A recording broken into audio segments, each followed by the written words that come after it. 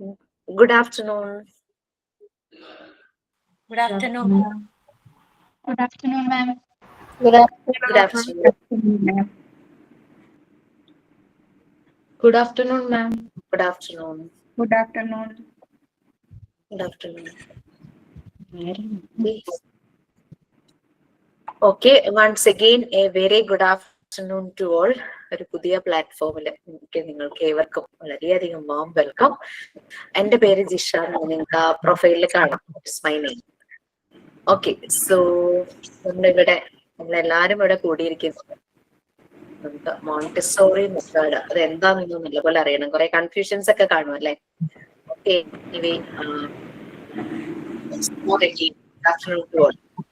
Okay, എന്താണ് Montessori എന്ന് പറഞ്ഞു കഴിഞ്ഞാൽ നിങ്ങൾക്ക് എന്താണ് അറിയാവുന്നത്? നമുക്കിതൊരു ഓൺലൈൻ പ്ലാറ്റ്ഫോം ആണ്. സോ നമുക്ക് എല്ലാവരുടെയും ഒക്കെ ഓഡിയോ ഓൺ ആണെങ്കിൽ ചിലപ്പോൾ ഒരു ഡിസ്റ്റർബൻസ് വരും. അപ്പൊ ആരെങ്കിലും സംസാരിക്കുമ്പോൾ മറ്റുള്ളവരൊന്ന് മ്യൂട്ട് ചെയ്യാം. മ്യൂട്ട് ചെയ്യാൻ ഓക്കെ അല്ലേ? മ്യൂട്ട് ചെയ്തോളൂല്ലോ. Yes please. എന്താ മോണ്ടിസോറി മെത്തേഡ് എന്ന് പറയുന്നത്?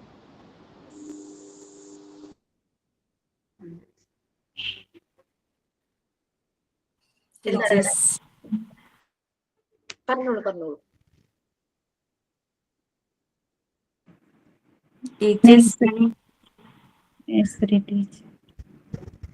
Nursery teacher training. അപ്പൊ നമുക്കൊരു നഴ്സറി ടീച്ചർ, കുഞ്ഞു കുട്ടികളെ പഠിപ്പിക്കാൻ പറ്റുന്ന ടീച്ചേഴ്സ്, അതാണല്ലേ. കുഞ്ഞു കുട്ടികളെ പഠിപ്പിക്കണമെങ്കിൽ നമ്മൾ എങ്ങനെയാവണം?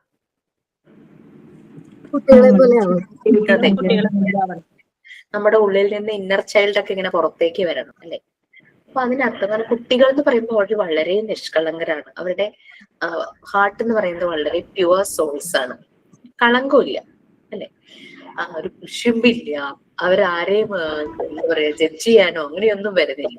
അപ്പൊ നമ്മള് അതുപോലെ ആകണം. നമ്മുടെ സോൾസ്, നമ്മുടെ ഹാർട്ട് നമ്മൾ പ്യൂരിഫൈ ആക്കണം. എന്നാൽ മാത്രമാണ് നമുക്ക് ആ ഡെലിക്കേറ്റ് ആയിട്ടുള്ള കുഞ്ഞുങ്ങളെ നമുക്ക് മാനേജ് ചെയ്യാനായിട്ട് പറ്റും. ഇതിന്റെ ഫൗണ്ടർ ആരാന്നറിയോ? ഈ ഒരു മെത്തേഡിന്റെ, ഇങ്ങനെ ഒരു എഡ്യൂക്കേഷൻ സിസ്റ്റം കൊണ്ടുവന്ന ആളാരാന്നറിയാമോ? മരിയ മോണ്ടിസ്. ഡെഫിനറ്റ്ലി അതിന്റെ പുറകിൽ ഒരാളുണ്ടാവണം. എന്നാലാണ് ഈ ഒരു മെത്തേഡ് ഇത്രയും വേൾഡ് പോപ്പുലർ ആയി മാറാൻ കാരണം ആ ഒരു വ്യക്തി തന്നെയാണ്. ഡോക്ടർ ഒരു ഡോക്ടർ ആയിരുന്നു. ഡോക്ടർ എന്നറിയാമോ?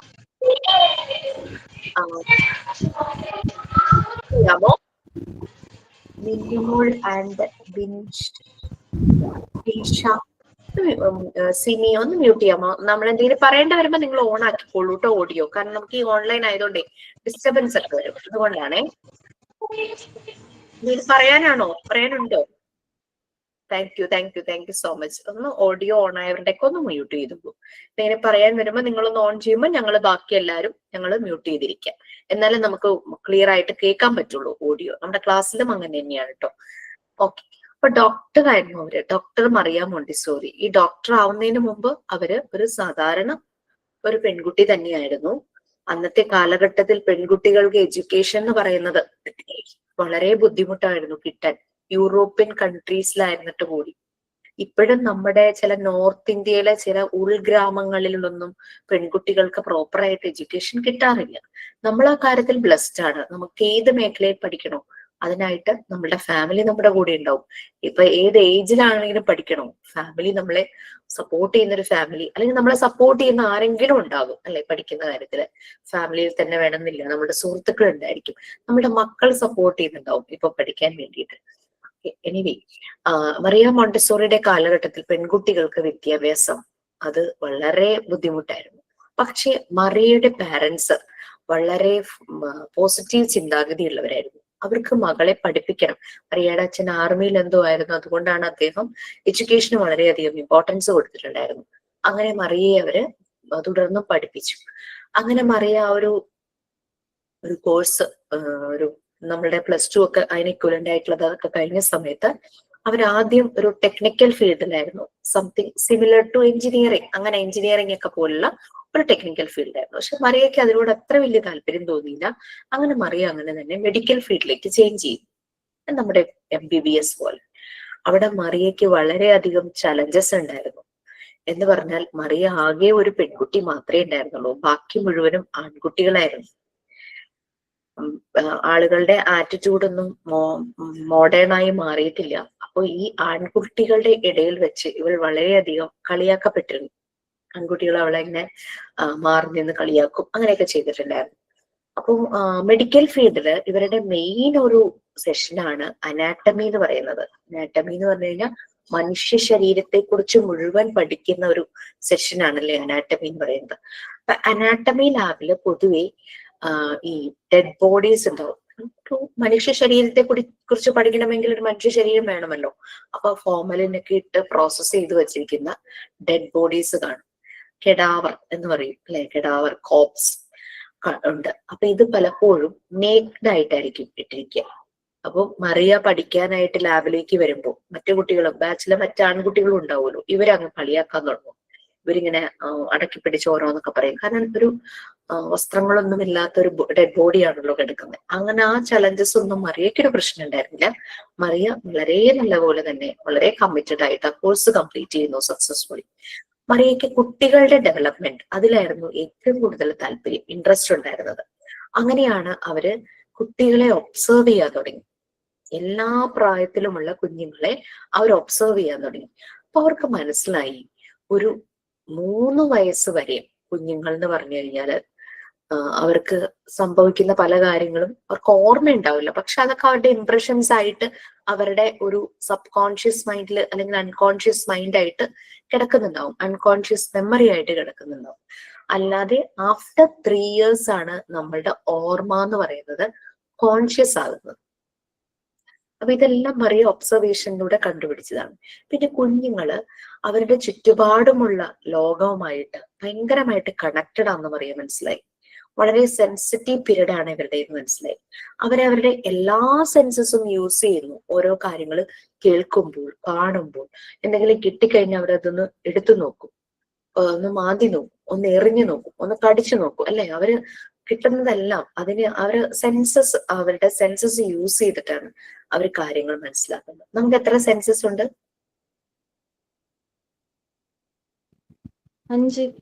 5 സെൻസസ്. ഓക്കെ.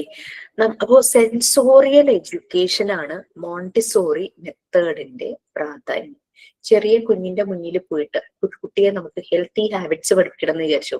കുട്ടികളുടെ മുന്നിൽ പോയിട്ട് വലിയൊരു ലെക്ചർ ഹെൽത്തി ഹാബിറ്റ്സിനെ കുറിച്ച് പറഞ്ഞാൽ കുട്ടികൾ ഇങ്ങനെ ഇരിക്കുള്ളൂ, അവർക്കൊന്നും മനസ്സിലാവില്ല, കുറെ പേര് ശ്രദ്ധിക്കില്ല. അതേസമയം നമ്മൾ അതൊരു ആക്ഷൻ സോങ്ങിലൂടെ പറഞ്ഞു കൊടുത്താലോ അവർക്ക് ഭയങ്കര ഇൻട്രസ്റ്റ് ആയിരിക്കും. അവരും അത് ആക്ഷൻ കാണിക്കും. അവർ വീട്ടിൽ പോയി വീട്ടിലുള്ളവരോട് പറഞ്ഞു കൊടുക്കും. അത് നമ്മളൊരു വീഡിയോ അല്ലെങ്കിൽ കുട്ടികളെ കൊണ്ട് തന്നെ ഒരു കുഞ്ഞു റോൾ പ്ലേ, ചെറിയൊരു നാടകം പോലെയൊക്കെ സെറ്റ് ആക്കിയിട്ട് കുട്ടികളെ കൊണ്ട് ഇപ്പം വൈറസ് അല്ലെങ്കിൽ ബാക്ടീരിയ ആക്രമിക്കാൻ വരുന്നു, ബാക്ടീരിയയുടെ ഷേപ്പുള്ള ഒരു കട്ടൗട്ട് പോലെ ഉണ്ടാക്കിയിട്ട് ഒരു കുട്ടിയുടെ കയ്യിൽ സ്റ്റിക്കൊക്കെ വെച്ച് കൊടുക്കുക, അവനാണ് ആ ബാക്ടീരിയ. പിന്നെ ഹാൻഡ് വാഷ് ആയിട്ട് ഒരു കുട്ടി വരിക, അങ്ങനെയൊക്കെ പറഞ്ഞ് അവർക്ക് അത് കൊടുക്കുമ്പോഴേക്കും അവർക്ക് ഭയങ്കര ഇൻട്രസ്റ്റ് ആയിരിക്കും അല്ലെ. അല്ലാതെ നമ്മളൊരു വലിയൊരു പ്രഭാഷണം കൊടുത്തു കഴിഞ്ഞു കഴിഞ്ഞാല് കുഞ്ഞുങ്ങൾ ശ്രദ്ധിക്കില്ല. അവർക്ക് എപ്പോഴും ആക്ടിവിറ്റീസ് ആണ് ഇഷ്ടം. അപ്പൊ മോണ്ടിസോറി മെത്തേഡ് എന്ന് പറഞ്ഞു കഴിഞ്ഞാൽ ആക്ടിവിറ്റി ഓറിയന്റഡ് ആണ്, സെൻസോറിയൽ എഡ്യൂക്കേഷൻ ആണ്. ഓക്കെ. പിന്നെ റിയാലിറ്റിയുമായിട്ട് കണക്റ്റഡ് ആണ്, നമ്മുടെ നേച്ചർ പ്രകൃതിയുമായിട്ട് കണക്റ്റഡ് ആണ്. ഇവിടെ ആർട്ടിഫിഷ്യൽ ആയിട്ടുള്ള ഒരു സാധനവും ഇല്ല. അതുപോലെ തന്നെ ഫാന്റസി എന്ന് പറയുന്നതില്ല. റിയൽ കാര്യങ്ങളുമായിട്ട് കണക്ട് ചെയ്തിട്ടാണ് കുട്ടികളെ പഠിപ്പിക്കുന്നത്. റിയൽ സ്റ്റോറീസ്, റിയൽ ഹീറോസിന്റെ സ്റ്റോറീസ് ഇതൊക്കെ കൊടുക്കും. കുട്ടിയെ ഒരിക്കലും നമ്മൾ ഫാന്റസി വേൾഡിലേക്ക് തള്ളിവിട്ടില്ല, റിയൽ ആയിട്ടുള്ള വേൾഡുമായിട്ട് കണക്ട് ചെയ്യുന്നു. അതാണ് മോണ്ടിസോറി മെത്തേഡിൽ ചെയ്യുന്നത്. നമ്മുടെ ഇപ്പോഴത്തെ കാലഘട്ടങ്ങളിൽ കുട്ടികളെല്ലാം വല്ലാതെ ഡിജിറ്റൽ ഇൻഫ്ലുവൻസിലാണല്ലേ. പഴയ കാലത്തെ കളികളോ പഴയ കാലത്തെ പോലെ ഫിസിക്കൽ ആക്ടിവിറ്റീസോ ഒക്കെ അവർക്ക് വളരെ കുറവാണ്. സ്കൂളിൽ ചിലപ്പോൾ ഇൻ ബിറ്റ്വീൻ ക്ലാസ്സിൽ അവർക്ക് PT പീരീഡ് അങ്ങനെ ഇങ്ങനെയൊക്കെ ഉണ്ടായിരിക്കും. പക്ഷെ വീട്ടിൽ വന്നു കഴിയുമ്പോൾ ഈ മൊബൈൽ അല്ലെങ്കിൽ TV, iPad അല്ലെങ്കിൽ ടാബ് എന്തെങ്കിലിന്റെ ഉള്ളിലേക്ക് അവരങ്ങ് പോകും. അപ്പൊ ഡിജിറ്റൽ വേൾഡിന്റെ ഇൻഫ്ലുവൻസ് അത്ര കൂടുതലാണ് ഇപ്പോഴത്തെ കാലഘട്ടത്തിൽ. അതിന് കുറെയൊക്കെ കാരണം നമ്മളും യൂസ് ചെയ്യുന്നുണ്ട്. അതുകൊണ്ട് നമുക്ക് ഒരിക്കലും കുട്ടിക്ക് അത് നിഷേധിക്കാൻ പറ്റില്ല, പക്ഷെ നമുക്ക് നിയന്ത്രിക്കാൻ പറ്റും. പക്ഷെ ഒരു മോണ്ടിസോറി മെത്തേഡിലൂടെ കുഞ്ഞുങ്ങൾ പോകുമ്പോൾ മോണ്ടിസോറി മെത്തേഡിൽ ശരിക്കും പ്രാക്ടിക്കൽ ലൈഫ് സ്കിൽസ് ആണ് ഇവർക്ക് കൊടുക്കുന്നത്. ആ ഒരു മെത്തേഡില് 3 വയസ്സ് തുടങ്ങി 6 വയസ്സ് വരെയുള്ള കുട്ടികളാണ് ഈ ഒരു മെത്തേഡ് ശരിക്കും അപ്ലിക്കബിൾ ആയിട്ടുള്ളത്. ആ നഴ്സറി ക്ലാസ് എന്ന് പറയുമ്പോൾ ഏകദേശം അതാണല്ലോ, പ്രീ സ്കൂൾ അല്ലെങ്കിൽ അങ്ങനെ LKG UKG എന്നൊക്കെ പറയുമ്പോൾ. അപ്പൊ ഈ ഒരു ഏജിലാണ് മോണ്ടിസോറി മെത്തേഡ് അപ്ലൈ ചെയ്യുന്നത്. അപ്പൊ ഈ ഒരു ഏജില് അവര് ഇതുപോലുള്ള പ്രാക്ടിക്കൽ ലൈഫ് എക്സ്പീരിയൻസസ്, അതായത് ജഗ്ഗില് വെള്ളം നിറയ്ക്കുക, എന്താ പറയുക, നാരങ്ങ വെള്ളം ഉണ്ടാക്കുക, പിന്നെ ഫ്രൂട്ട്സ് കട്ട് ചെയ്യുക, വെജിറ്റബിൾസ് കട്ട് ചെയ്യുക, അങ്ങനെ പിന്നെ നമ്മൾ പാത്രങ്ങളിലൊക്കെ കടല, പരിപ്പ്, പയറൊക്കെ ഇങ്ങനെ നിറച്ചു വെക്കുമല്ലോ, ഇതെല്ലാം കുഞ്ഞുങ്ങളെ കൊണ്ട് ചെയ്യിപ്പിക്കാനായിട്ട് പറ്റുന്ന ഒരു ഏരിയ നമ്മുടെ വീട്ടിലെവിടെയാ?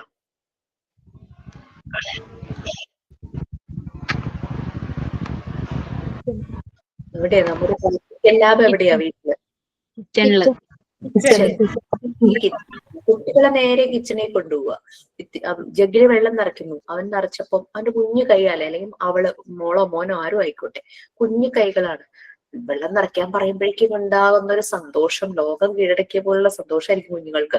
അപ്പം ഇവര് വേഗം ഓടി വന്ന് നിറയ്ക്കാൻ പോകുമ്പോൾ ഇവർക്ക് അതിന്റെ കൺട്രോൾ എങ്ങനെയാണെന്ന് അറിയില്ല. പക്ഷെ ആസ് ആൻ അഡൾട്ട് നമുക്കറിയാം, നമ്മളൊരു പ്രത്യേക രീതിയിൽ ഒഴിച്ചാലാണ് വെള്ളം തുളുമ്പാതെ തെറിക്കാതെ അതിൽ നിറയുള്ളൂ. ഇവരാദ്യം ചെയ്യുമ്പോൾ ഇതങ്ങോട്ട് പുറത്തേക്ക് തെറിച്ച് വീഴും. പുറത്തേക്ക് തെറിച്ച് വീഴുമ്പോൾ നമ്മൾ അവരെ വഴക്ക് പറയുകയോ ഷൗട്ട് ചെയ്യുകയോ ചെയ്യണ്ടേ, ഒരു ക്ലോത്ത് സൈഡിൽ വെച്ച് കൊടുക്കണം, തുടച്ചോളാൻ പറയാം. അപ്പൊ അവരെ അത് തുടച്ച് ക്ലീൻ ചെയ്യും.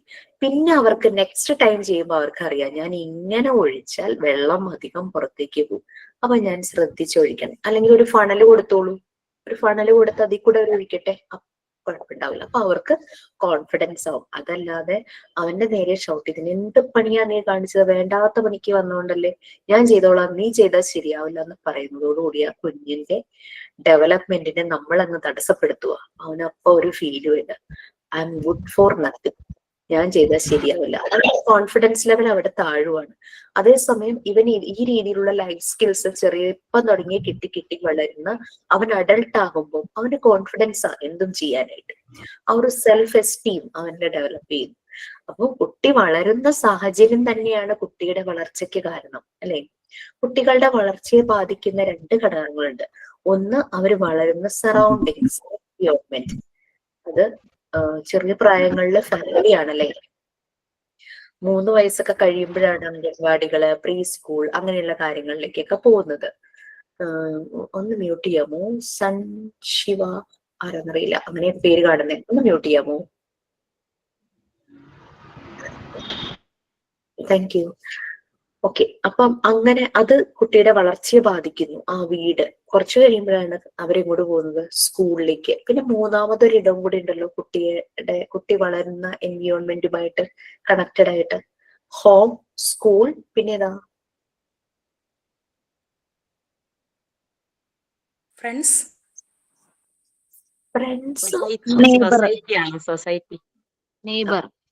സൊസൈറ്റി അല്ലെ, നമ്മളുടെ സമൂഹം, നെയ്ബർഹുഡ് ഒക്കെ അതിൽ വരും അല്ലെ, ആ ഒരു സൊസൈറ്റി വരും. അപ്പൊ ഈ 3 ഏരിയയിലൂടെയാണ് ഒരു കുഞ്ഞ് കടന്നു പോകുന്നത്.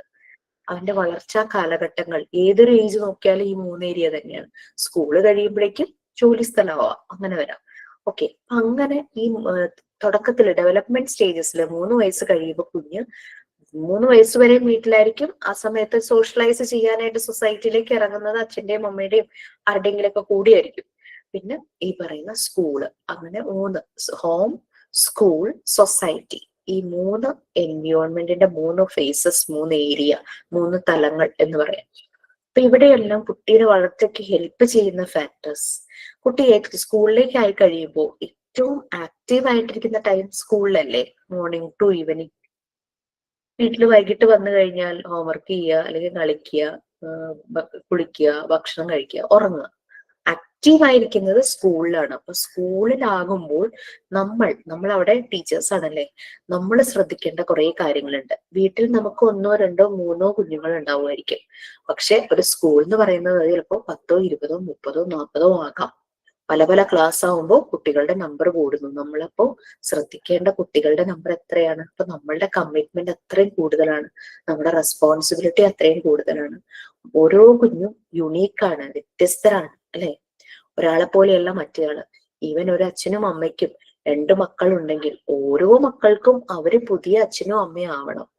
ആദ്യത്തെ മോനെ അല്ലെങ്കിൽ മോളെ നോക്കിയതുപോലെ രണ്ടാമത്തെ ആളെ നോക്കാൻ പറ്റില്ല. കാരണം എൻറ്റയർലി ഡിഫറെന്റ് ആയിരിക്കും കുട്ടി. അപ്പോൾ കുട്ടികൾക്കനുസരിച്ചാണ് നമ്മൾ അവിടെ മാറുന്നത്. അപ്പൊ അവിടെ മാറേണ്ടത് കുട്ടികളല്ല, നമ്മളാണ് മാറേണ്ടത്. ഓരോ കുഞ്ഞിനനുസരിച്ചും നമ്മൾ മാറണം. അതാണ് ശരിക്കും എഡ്യൂക്കേഷൻ എന്ന് പറയുന്നത്. എഡ്യൂക്കേഷൻ എന്ന് പറയുന്നത് ഒരു സബ്ജക്ട് പഠിച്ചത് അങ്ങനെ പേപ്പറിലേക്ക് എഴുതി വെക്കുക എന്നുള്ളതല്ല. നമ്മളെ തിരിച്ചറിയുക എന്ന് പറഞ്ഞാൽ എനിക്ക് എന്ത് ചെയ്യാൻ പറ്റും, എന്താണ് എന്റെ കപ്പാസിറ്റി, എന്റെ പൊട്ടൻഷ്യൽ എന്താണ്, അതാദ്യം നമ്മൾ തിരിച്ചറിയും. ഞാൻ എവിടെ മാറാനുണ്ട്, ഞാൻ ചെയ്യുന്ന രീതികൾ ശരിയാണോ, ഞാൻ എവിടെയെങ്കിലും എന്റെ രീതികൾ മാറ്റേണ്ടതുണ്ടോ. നമ്മൾ എപ്പോഴും നമ്മളെയാണ് ജഡ്ജ് ചെയ്യുന്നത്, മറ്റുള്ളവരെ ജഡ്ജ് ചെയ്യാൻ നമ്മൾ പോകരുത്. അപ്പം അതാണ് ശരിക്കും എഡ്യൂക്കേഷന്റെ ശരിയായ ഒരു രീതി. നമ്മൾ സെൽഫ് ജഡ്ജ്മെന്റൽ ആയിരിക്കണം. നമ്മൾ നമ്മളെ തന്നെ അനലൈസ് ചെയ്യണം, നമ്മളെ തന്നെ നമ്മൾ ക്രിട്ടിസൈസ് ചെയ്യണം. പല ആളുകളും ചെയ്യുന്നത് എന്താണ്, മറ്റുള്ളവരെ പോലെ ജഡ്ജ് ചെയ്യും, അവരെ ക്രിട്ടിസൈസ് ചെയ്യും, അവരുടെ കാര്യം അന്വേഷിച്ചു.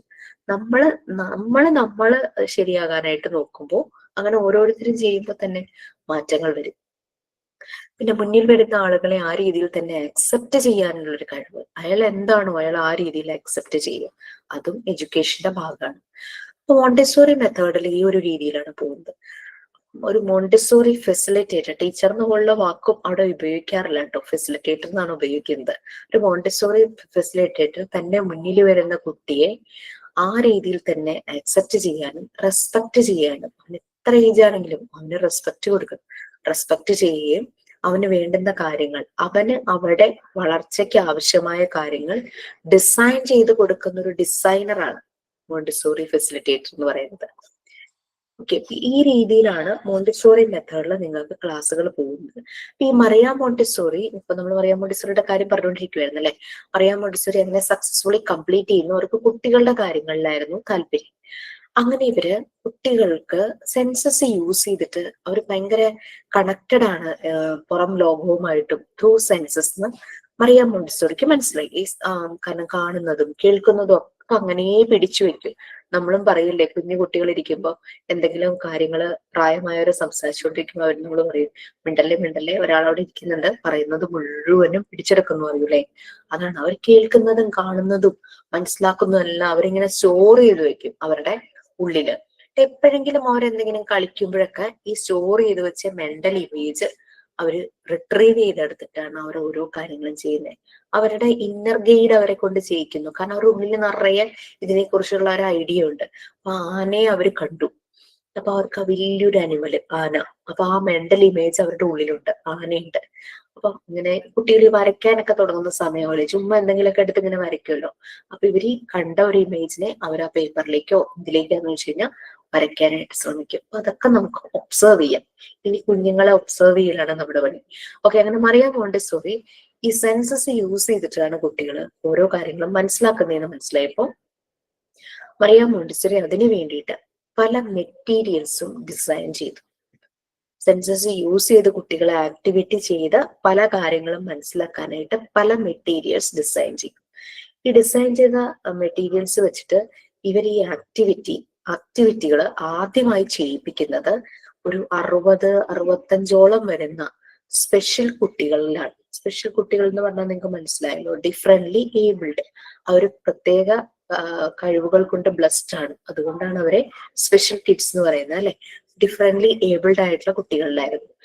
അപ്പൊ മറിയ മോണ്ടിസോറി ഒബ്സർവ് ചെയ്ത് കഴിഞ്ഞപ്പോ അവരിൽ ഒത്തിരി മാറ്റങ്ങൾ കാണാൻ പറ്റി, വളരെയധികം മാറ്റങ്ങൾ.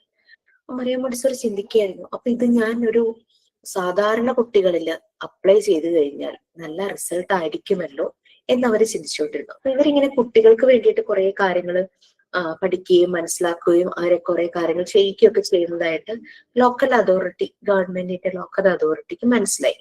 അങ്ങനെ local authority Maria Montessori approach ചെയ്യാണ്. ഇറ്റലിയിലാണ് കേട്ടോ മറിയ മോണ്ടിസോറിയുടെ സ്ഥലം. മറിയ മോണ്ടിസോറി അത് അപ്രോച്ച് ചെയ്തിട്ട് ഇറ്റലിയിലെ ഒരു സ്ലം ഏരിയ എന്ന് പറഞ്ഞാൽ അറിയാലോ, ചേരി പ്രദേശമായ സാൻ ലൊറൻസോയില് ഒരു ഡേ കെയർ അല്ലെങ്കിൽ പ്രഷർ ഒന്ന് നോക്കി നടത്താമോ, പ്രഷർ അതിന് വേണ്ടുന്ന കാര്യങ്ങൾ ചെയ്യാമോ എന്ന് ചോദിച്ചു. കാരണം ഈ സ്ലം ഏരിയയിലെ കുട്ടികൾ എന്ന് പറഞ്ഞു കഴിഞ്ഞാൽ, ചേരി പ്രദേശത്തെ കുട്ടികൾ എന്ന് പറഞ്ഞാൽ പൊതുവെ അവര് എഡ്യൂക്കേഷന് വലിയ ഇമ്പോർട്ടൻസ് കൊടുത്തിട്ടുണ്ടാവില്ല. ഒരു അൺഹൈജീനിക് വേ ഓഫ് ലൈഫ് ആയിരിക്കും. ഇവരുടെ അച്ഛനും അമ്മയൊക്കെ ഫിനാൻഷ്യലി വളരെ പുവർ ആയിരിക്കും. അച്ഛനും അമ്മയൊക്കെ അന്നത്തെ അന്നത്തിന് വേണ്ടിയിട്ട് എന്തെങ്കിലും പണികൾക്കായിട്ട് രാവിലെ ഇറങ്ങും. അവർ ഒത്തിരി ലേറ്റ് ആയിട്ട് രാത്രിയാണ് വരുന്നത്. അപ്പൊ ഈ സമയത്ത് പകല് മുഴുവൻ ഈ കുട്ടികള് അവിടെയൊക്കെ അലഞ്ഞു തിരിഞ്ഞ് നടന്ന് വയലന്റ് നേച്ചർ ആയിരിക്കും. തമ്മിൽ തല്ലും, മര്യാദയ്ക്ക് വൃത്തിയുള്ള ഭക്ഷണം കഴിക്കുകയോ വൃത്തിയുള്ള ഡ്രസ്സ് ധരിക്കുകയോ വൃത്തിയായിട്ട് പേഴ്സണൽ ഹൈജീൻ ശ്രദ്ധിക്കുകയോ അങ്ങനെയൊന്നുമില്ല. അപ്പൊ അങ്ങനെ കണ്ടപ്പോഴാണ് ഈ local authority Maria Montessori approach ചെയ്തത് ഈ കുട്ടികളെ ഒന്ന് ഹാബിറ്റേറ്റ്, ഒരു പുനരധിവാസം എന്നുള്ള പോലെ അതിന് വേണ്ടുന്നൊരു ഡേ കെയർ ക്രഷ് തുടങ്ങാൻ വേണ്ടിയിട്ട്. അങ്ങനെയാണ് ആദ്യമായിട്ട് മറിയ മോണ്ടിസോറി ഒരു മോണ്ടിസോറി സ്കൂള് സ്റ്റാർട്ട് ചെയ്യുന്നത്. ഇങ്ങനൊരു കാര്യം പറഞ്ഞുകൊണ്ട് ഇറ്റലിയിലെ ഗവൺമെന്റ് അവരെ അപ്രോച്ച് ചെയ്തപ്പോൾ അവര് ആദ്യമായിട്ട് അവിടെ ഒരു മോണ്ടിസോറി സ്കൂൾ സ്റ്റാർട്ട് ചെയ്തു. അവർക്ക് മോണ്ടിസോറി സ്കൂൾ എന്ന് പറയാൻ ഇഷ്ടമല്ലായിരുന്നു, കാരണം ഇത് ട്രഡീഷണൽ സ്കൂളിൽ നിന്നും എൻറ്റയർലി ഡിഫറെന്റ് ആണ്. അങ്ങനെ അവർ അതിനിട്ട പേരായിരുന്നു കാസ ഡെ ബാംബിനി. അതൊരു ഇറ്റാലിയൻ വേർഡാണ്. അതിന്റെ മീനിങ് ചിൽഡ്രൻസ് ഹൗസ്. നിങ്ങൾക്ക് പഠിക്കാനൊക്കെ വരുന്നുണ്ട്, ഞാൻ ഇൻട്രൊഡക്ഷൻ ഒന്ന് പറഞ്ഞു തന്നേയുള്ളൂ. ചിൽഡ്രൻസ് ഹൗസ് എന്നാണ് അതിന്റെ പേര്. അതിനെ ആ ചിൽഡ്രൻസ് ഹൗസിലെ ക്ലാസ് റൂമുകളില്ല, എല്ലാം ഇങ്ങനെ ഓപ്പൺ ആയിട്ടുള്ള സ്പേസ് ആയിരുന്നു. പല പല ഏരിയ ആയിട്ട് തിരിച്ചിട്ടുള്ള ഓപ്പൺ സ്പേസ് ആയിരുന്നു. അവിടെ എല്ലാം ചൈൽഡ് ഫ്രണ്ട്ലി ആയിട്ടുള്ള ഒരു എൻവയോൺമെന്റ് ആയിരുന്നു അത്. പിന്നെ അതുപോലെ തന്നെ ചൈൽഡ് സൈസ്ഡ് ആയിരുന്നു അവിടുത്തെ ഓരോ ഫർണിച്ചർ.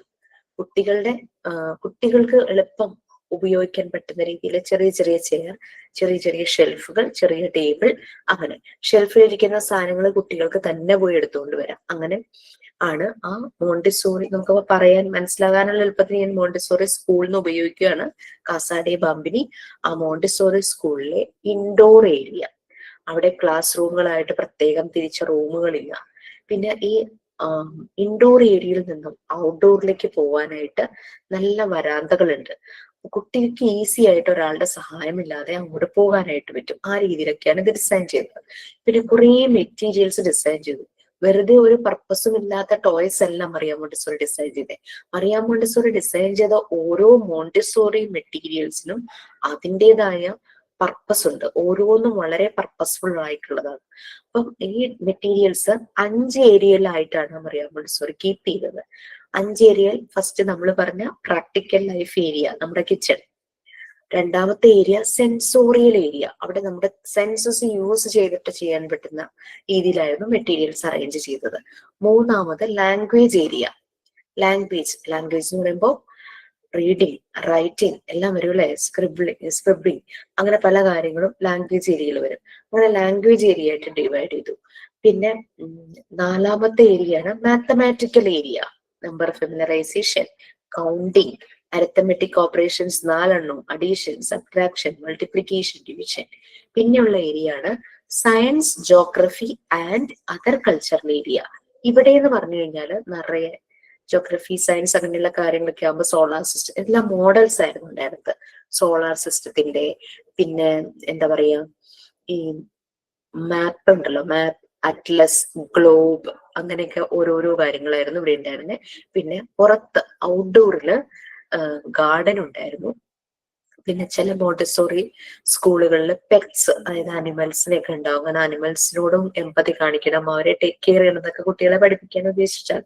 പിന്നെ ചില വാട്ടർ പ്ലേ ഏരിയ, അപ്പൊ സേഫ്റ്റിയുടെ ഭാഗമായിട്ട് ചിലരൊക്കെ എന്താ പറയാ പെട്ടെന്ന് റെഡിമെയ്ഡ് വാട്ടർ പ്ലേ ഏരിയ ആട്ടോ, ഇങ്ങനെ വീർപ്പിച്ച് ഇങ്ങനെ ബലൂൺ പോലെ ഇങ്ങനെ വന്നിട്ട് സ്പേസ് ഉണ്ടാവില്ല. അതാകുമ്പോ അപകടം അധികം ഉണ്ടാവില്ല, കുഞ്ഞുങ്ങളല്ലേ. അതിനകത്ത് പൂളൊക്കെ ഉണ്ടാവും, അപ്പൊ അതിനനുസരിച്ച് ശ്രദ്ധിക്കണം. അപ്പൊ അങ്ങനെ 5 ഏരിയ ആയിട്ടാണ് മോണ്ടിസോറി എൻവയോൺമെന്റിനെ ഡിവൈഡ് ചെയ്തത്. അങ്ങനെ ഈ കുട്ടികൾ ആദ്യം വന്നപ്പോൾ, അതായത് ഈ സ്ലം ഏരിയയിലെ, സാൻ ലോറൻസോയിലെ സ്ലം ഏരിയയിലെ കുട്ടികൾക്ക് വേണ്ടിയിട്ടാണല്ലോ ചെയ്തത്. കുട്ടികൾ ആദ്യം വന്നപ്പോൾ ഈ കുട്ടികൾക്ക് ഭയങ്കര ഡിസ്റ്റർബിങ് നേച്ചർ ആയിരുന്നു, ഡിസ്ട്രോയിങ് ക്യാരക്ടർ ആയിരുന്നു. കൈ കിട്ടുന്ന മുഴുവൻ വലിച്ചെറിയുക, തമ്മിൽ തല്ലുക, ഇതൊക്കെയായിരുന്നു. പക്ഷെ അവിടെ ഇരുന്ന മെറ്റീരിയൽസ് വെച്ച് ആക്ടിവിറ്റീസ് ചെയ്യാനായിട്ട് തുടങ്ങിയപ്പോൾ പതുക്കെ അവരുടെ ഈ സ്വഭാവങ്ങളൊക്കെ അങ്ങ് ഇല്ലാണ്ടായി. അവരങ്ങോട്ട് വളരെ സബ്മിസീവായി, വളരെ ഇഷ്ടത്തോടു കൂടി ഈ ആക്ടിവിറ്റീസ് ചെയ്യാനായിട്ട് തുടങ്ങി. അതായിരുന്നു തുടക്കം. പിന്നെ മറിയ മോണ്ടിസോറി ലോകത്തിന്റെ പല ഭാഗങ്ങളിലേക്കും കൊണ്ടുവന്നു. ഇന്ത്യയിൽ വന്നിട്ടുണ്ട്. മഹാത്മാഗാന്ധി ഉള്ള സമയത്ത് നമ്മുടെ അംഗൻവാടികളിലൊക്കെ കുറെയൊക്കെ ഈ ഒരു മെത്തേഡ് തന്നെയാണ് ഫോളോ ചെയ്യുന്നത്. പിന്നെ സ്പെഷ്യൽ സ്കൂൾ എന്ന് പറഞ്ഞു കഴിഞ്ഞാൽ അവിടെ പല ഫിസിക്കൽ ഡിഫോമിറ്റീസും മെന്റൽ ഡെവലപ്മെന്റിൽ ചെറിയ ചെറിയ പ്രോബ്ലംസും വലിയ അളവിൽ പ്രോബ്ലം ഉള്ള കുട്ടികളൊക്കെ ഉണ്ടാവുമല്ലോ, അവിടെ എല്ലാം ഈ ഒരു മെത്തേഡ് പിന്തുടർന്ന് പോകുന്നുണ്ട്. പിന്നെ നമ്മുടെ നാട്ടിലെ സ്കൂളുകളിൽ CBSE സ്കൂളിലൊക്കെ ഒരു മിക്സഡ് വേർഷൻ ഓഫ് ട്രഡീഷണൽ മെത്തേഡും മോണ്ടിസോറി മെത്തേഡുമാണ്. എന്നാലും അവർക്ക് വളരെ താല്പര്യമുള്ളതാണ് മോണ്ടിസോറി മെത്തേഡ്. യൂറോപ്യൻ കൺട്രീസിൽ പിന്നെ 6 വയസ്സ് വരെ കുട്ടികൾ ആ സ്കൂളിൽ തന്നെയാണ് പോകുന്നത്. ഇത്രയും കാര്യങ്ങളാണ് മറിയ മോണ്ടിസോറി ആരാന്നും മോണ്ടിസോറി മെത്തേഡിന്റെ ഒരു ഐഡിയ നിങ്ങൾക്ക് കിട്ടിയോ? Teacher Yes. കിട്ടി മാം. ഇനി ജസ്റ്റ് കോഴ്സിന്റെ കാര്യങ്ങളൊന്ന് പറയാം. നമ്മളുടെ കോഴ്സിൽ വരുന്ന കുറച്ച് കാര്യങ്ങൾ, അതിന്റെ സ്ട്രക്ചറും കാര്യങ്ങളൊക്കെ നിങ്ങൾക്ക് നമുക്ക് ക്ലാസ് തുടങ്ങുമ്പോൾ കൂടുതൽ അതിന്റെ ഡൗട്ട്സ് ഉണ്ടാവും. അത് ക്ലിയർ ചെയ്ത് പോവാട്ടോ, പ്രശ്നമൊന്നുമില്ല. നമുക്ക് നിങ്ങൾക്ക് ടെക്സ്റ്റ് ബുക്കുകളുണ്ട്, അത് പ്രൊവൈഡ് ചെയ്യും. അപ്പൊ നമ്മൾ എപ്പോഴും മോണ്ടിസോറി മെത്തേഡ് എന്ന് പറഞ്ഞു കഴിഞ്ഞാൽ ആ ഒരു ടെക്സ്റ്റ് ബുക്കിന്റെ ഉള്ളിൽ മാത്രം പഠിച്ചു പോവുക എന്നുള്ളതല്ല. Think out of the box. Widen ആണ്. എഡ്യൂക്കേഷൻ എപ്പോഴും ബ്രോഡ് കൺസെപ്റ്റിൽ പോകണം എന്നാണ് പറയുന്നത്. ആ ഒരു ബുക്കിനകത്തേക്ക് നമ്മൾ ചുരുങ്ങി പോകരുത്. നമ്മൾ പരസ്പരം നമ്മളുടെ എക്സ്പീരിയൻസുകൾ ഷെയർ ചെയ്യുന്നു. എന്തെങ്കിലും ഞാൻ പറയുമ്പോൾ നിങ്ങൾക്ക് പറയാം മാം അതല്ല ശരി, ഇതാണ് ശരി. യെസ്, അത് തന്നെയാണ് വേണ്ടത്, അങ്ങനെയാണ് പോകേണ്ടത്, ഇങ്ങനെ പോയാലാണ് അത് ശരിയാവുള്ളൂ. അത് പറയാൻ പറ്റുന്ന ഒരു പ്ലാറ്റ്ഫോമാണ് നമുക്കിത്. ഞാനിപ്പോ ഒരു കാര്യം ചോദിച്ചു കഴിഞ്ഞാൽ, അതായത് നമ്മളെല്ലാവരും 10th പാസ്സായവരാണല്ലേ, SSLC അല്ലെങ്കിൽ ഇപ്പൊ CBSE ആണെങ്കിൽ ബോർഡ് എക്സാം പാസ്സായവരായിരിക്കും. അന്നത്തെ ക്വസ്റ്റ്യൻ പേപ്പർ ഇപ്പൊ തന്നിട്ട് പരീക്ഷ എഴുതാൻ പറഞ്ഞു കഴിഞ്ഞാൽ ആ ഒരു കോൺഫിഡൻസ് ഉണ്ടോ? യെസ്. ഇപ്പൊ കഴിഞ്ഞതാണോ 10th? ഞാൻ പാസ്സാവുമെന്ന് തന്നെ ഡൗട്ടാ. ഞാൻ 1994 SSC എഴുതിയത്. ആ ക്വസ്റ്റ്യൻ പേപ്പർ എന്റെ തന്നിട്ട്, അന്ന് എനിക്ക് നല്ല മാർക്ക് ഉണ്ടായിരുന്നു, ഡിസ്റ്റിങ്ഷൻ ഉണ്ടായിരുന്നു. എന്റെ തന്നിട്ട് പരീക്ഷ എഴുതാൻ പറഞ്ഞു കഴിഞ്ഞാൽ എനിക്ക് നല്ല സംശയമാണ് ഞാൻ പാസ്സാവും. ചിലപ്പോ കഷ്ടി മുഷ്ടി ഒക്കെ ഞാനന്ന് പാസ്സായി പോവുമായിരിക്കും. അന്നത്തെ അതേയും മാർക്കൊന്നും അതിനേക്കാൾ കൂടുതൽ കിട്ടാനും ഒരു ചാൻസും ഇല്ല. അന്ന് നമ്മൾ എന്താ ചെയ്തത്? സബ്ജക്ട് സ്റ്റഡിങ് ആയിരുന്നു. നമ്മൾ പരീക്ഷയ്ക്ക് വേണ്ടിയുള്ള ഒരു പഠിത്തം പോലെയായിരുന്നു ചെറിയ ക്ലാസ്സുകളിൽ, അല്ലേ നമ്മൾ ചെയ്തുകൊണ്ടിരുന്നത്. നമ്മൾ ഒരിക്കലും അതിനെ നമ്മളുടെ ജീവിതത്തിലേക്ക് അപ്ലൈ ചെയ്യാൻ നോക്കിയിട്ടില്ല. ഒരു എക്സാമ്പിൾ പറയുവാണെങ്കിൽ, നിങ്ങൾ എല്ലാവരും സ്കൂളില് അല്ലെങ്കിൽ കോളേജിലൊക്കെ പഠിക്കുമ്പോഴേക്കും ഈ കോമ്പറ്റീഷൻസിലൊക്കെ പങ്കെടുക്കാറുണ്ടാവും അല്ലെ? പ്രത്യേകിച്ചും പ്രസംഗ മത്സരം, ഉപന്യാസ മത്സരം, അല്ലെ എലക്യൂഷൻ, എസ്സേ റൈറ്റിംഗ്, ഇതിലൊക്കെ പങ്കെടുക്കാറുണ്ടാവും നമ്മള്. അപ്പോ ഈ കോമ്പറ്റീഷൻസിൽ പങ്കെടുക്കുമ്പോൾ, ഫോർ എക്സാമ്പിൾ നമ്മൾ എല്ലാവരും എസ്സേ കോമ്പറ്റീഷനിൽ പങ്കെടുക്കുവാന്ന് വിചാരിച്ചു. നമ്മളെല്ലാവരും സ്കൂളിലാണ്. നമുക്കൊരു ടോപ്പിക് തന്നു. പണ്ടത്തെ കാലഘട്ടമാണെങ്കിൽ ഡിജിറ്റൽ വേൾഡ് ഇത്രയും ഡെവലപ്പ് ചെയ്തിട്ടില്ല. അതുകൊണ്ട് നമുക്ക് ടോപ്പിക് തന്നൊരു 10 മിനിറ്റ് ഒക്കെ സമയം പ്രിപ്പയർ ചെയ്യാനായിട്ട് തരും. അപ്പൊ നമ്മളെ ടീച്ചർമാരും മറ്റു കുട്ടികളും എല്ലാം കൂടി ഹെൽപ്പ് ചെയ്യും. മാക്സിമം ആ ടോപ്പിക്കിന് വേണ്ടുന്ന ഡീറ്റെയിൽസ് ഒക്കെ കളക്ട് ചെയ്ത് തരും. ടീച്ചർ ലൈബ്രറിയിൽ നിന്ന് ഒരു ബുക്കൊക്കെ എടുത്തു തരും. അങ്ങനെയൊക്കെ നമ്മൾ കോമ്പറ്റീഷന് വേണ്ടി പ്രിപ്പയർ ചെയ്യും. ഇപ്പോഴെന്ന് പറഞ്ഞാൽ നമ്മുടെ ഫിംഗർ ടിപ്സിലാണ് ഇൻഫർമേഷൻസ്. AI, ജെമിനി, ഇവരോടൊക്കെ കാര്യങ്ങളൊക്കെ ചോദിച്ചാൽ മതി. ഗൂഗിളൊക്കെ സെർച്ച് ചെയ്ത് കഴിഞ്ഞാൽ നമുക്കൊരു ബണ്ടിൽ ഓഫ് റിസൾട്ടും റിസോഴ്സസും ആണ് കിട്ടുന്നത്. അപ്പോൾ നമ്മൾ അങ്ങനെ ഡേറ്റാസ് ഒക്കെ കളക്ട് ചെയ്ത് നമ്മൾ എസ്സേ കോമ്പറ്റീഷന് റെഡി ആയിരിക്കും. നമ്മുടെ ടോപ്പിക് ഇത് ആണ്, എന്താ പറയാ, വൃക്ഷങ്ങൾ സംരക്ഷിക്കണം, മരങ്ങളുടെ സംരക്ഷണം. അതാണ് നമ്മുടെ ടോപ്പിക്. അതിന്റെ ഇമ്പോർട്ടൻസ് അങ്ങനെയൊക്കെ പറഞ്ഞുള്ള കാര്യങ്ങളാണ് ടോപ്പിക് എന്ന് വിചാരിക്കുക. നമ്മളെല്ലാവരും ഡേറ്റ കളക്ട് ചെയ്തു, എസ്സേ എഴുതി, നമുക്ക് എല്ലാവർക്കും നല്ല എസ്സേ പ്രസന്റ് ചെയ്തു, എല്ലാവർക്കും ഗിഫ്റ്റ് പ്രൈസ് കിട്ടി. അതോടുകൂടി അത് തീർന്നു അല്ലെ? അത് പഠിച്ച് ആ എസ്സേ പ്രസന്റ് ചെയ്തു. നമ്മളിതെല്ലാം കഴിഞ്ഞിട്ട് ചിന്തിക്കുവാണ്, ഈ മരം സംരക്ഷിക്കാൻ എനിക്ക് എന്ത് ചെയ്യാൻ പറ്റും, ഞാൻ അതിനെന്താണ് ചെയ്യേണ്ടത്? നമ്മൾ പിന്നെ ഇറങ്ങും അതിന് വേണ്ടിയിട്ട്. നമ്മളുടെ വനനശീകരണം അല്ലെങ്കിൽ മരം വെട്ടി നശിപ്പിക്കുന്നതിനെ തടയിടാനും നമ്മളെ കൊണ്ട് ചെയ്യാൻ പറ്റുന്ന കാര്യങ്ങൾ, വീട്ടിലാണെങ്കിൽ സ്ഥലം ഉണ്ടെങ്കിൽ നമ്മൾ മരം വെച്ച് പിടിക്കുന്നു. എന്തെങ്കിലും ആക്ടിവിറ്റീസ് നമ്മുടെ സൊസൈറ്റിയിൽ, നമ്മുടെ കമ്മ്യൂണിറ്റിയിൽ നടക്കുമ്പോൾ അതിന്റെ ഭാഗമായിട്ട് നമ്മൾ അവിടെ ഒരു മരം വെക്കുന്നു. അങ്ങനെയുള്ള അതിനെ നമ്മൾ പ്രൊമോട്ട് ചെയ്യുന്ന രീതിയിൽ, വൃക്ഷങ്ങളെ സംരക്ഷിക്കേണ്ടതിനെ പ്രൊമോട്ട് ചെയ്യുന്ന രീതിയിൽ നമ്മൾ പിന്നെ ചിന്തിച്ച് കാര്യങ്ങൾ ചെയ്യുന്നു. അപ്പോഴെന്താ നമ്മളവിടെ ചെയ്തേ? നമ്മൾ ആ ടോപ്പിക് നമ്മളുടെ ലൈഫിലേക്ക് അപ്ലൈ ചെയ്തു. ആ പ്രോഗ്രാമിൽ പങ്കെടുത്ത് കോമ്പറ്റീഷനൊക്കെ കഴിഞ്ഞ് പ്രൈസും വാങ്ങി വീട്ടിൽ പോയി പ്രൈസ് അവിടെ വെച്ചു. അതൊരു സബ്ജക്ട് സ്റ്റഡിയിങ് ആയിരുന്നു. അതേസമയം നമ്മൾ ഇവിടെ അതിനെ നമ്മുടെ ലൈഫിലേക്ക് അപ്ലൈ ചെയ്തു. അത് മാക്സിമം എവിടെ വരെ എത്തിക്കാൻ പറ്റുമോ അവിടെയൊക്കെ നമ്മൾ എത്തിച്ചു. That is learning. അതാണ് സ്റ്റഡിയിങ്ങും ലേണിങ്ങും തമ്മിലുള്ള വ്യത്യാസം. നമ്മളത് നമ്മുടെ ജീവിതത്തിന്റെ ഒപ്പം കൊണ്ടുപോവുക. ഒരു ലേണിംഗ് പ്രോസസ് നമ്മുടെ ലൈഫ് ലേണിംഗ് പ്രോസസ് ആയിട്ട് മാറി. മോണ്ടസോറി മെത്തേഡ് ഒരു ലൈഫ് ലേണിംഗ് പ്രോസസ് ആണ്. എക്സ്പീരിയൻഷ്യൽ സ്റ്റഡിയിങ് ആണ്. എക്സ്പീരിയൻഷ്യൽ ലേണിംഗ്, സ്റ്റഡി അല്ല, എക്സ്പീരിയൻഷ്യൽ ലേണിംഗ് ആണ്. അപ്പൊ ആ രീതിയിലാണ് നമ്മൾ പോകുന്നത്. കാണാതെ പിടിച്ച് പരീക്ഷ എഴുതുക, ആ പരിപാടി മോണ്ടസോറി മെത്തേഡിലില്ല. നിങ്ങളത് ചെയ്യില്ല. തുടങ്ങി കുറച്ച് കഴിയുമ്പോൾ നിങ്ങൾക്ക് മനസ്സിലാവും, യെസ് ഞാനിത് എങ്ങനെയാണ് കൊണ്ടുപോകേണ്ടത്. പിന്നെ ഓരോരുത്തരും ഓരോ കാര്യങ്ങളെ നോക്കിക്കാണുന്നത്, പെർസ്പെക്റ്റീവ് എന്ന് നമ്മൾ പറയൂലേ, നമ്മളുടെ വ്യൂ പോയിന്റ്, നമ്മുടെ കാഴ്ചപ്പാട് ഡിഫറെന്റ് ആയിരിക്കും.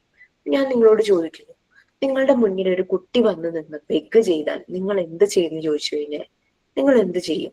ഓരോരുത്തർക്കും ഓരോ മറുപടി ആയിരിക്കും അല്ലെ. ചില എക്സ്പീരിയൻസ് എന്ന് പറയും. കാരണം ഇതൊന്നും ഗൂഗിൾ സെർച്ച് ചെയ്താലോ എയോട് ചോദിച്ചാലോ നമുക്ക് നമ്മുടെ ഉള്ളിൽ നിന്നുള്ളതാവില്ല കിട്ടുന്നത്. അപ്പൊ ഈ ഒരു രീതിയിലാണ് മോണ്ടിസോറി മെത്തേഡ് പോകുന്നത്. പിന്നെ നമ്മുടെ കോഴ്സ് എന്ന് പറഞ്ഞു കഴിഞ്ഞാല് നമ്മൾ 1 year കോഴ്സാണ്.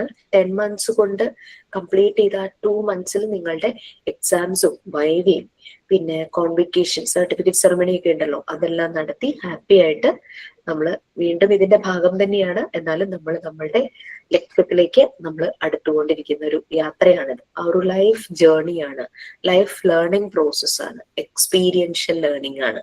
സബ്ജക്ട് സ്റ്റഡിങ് ഒരു കാര്യം മോണ്ടിസോറി മെത്തേഡിൽ വരുന്നില്ല.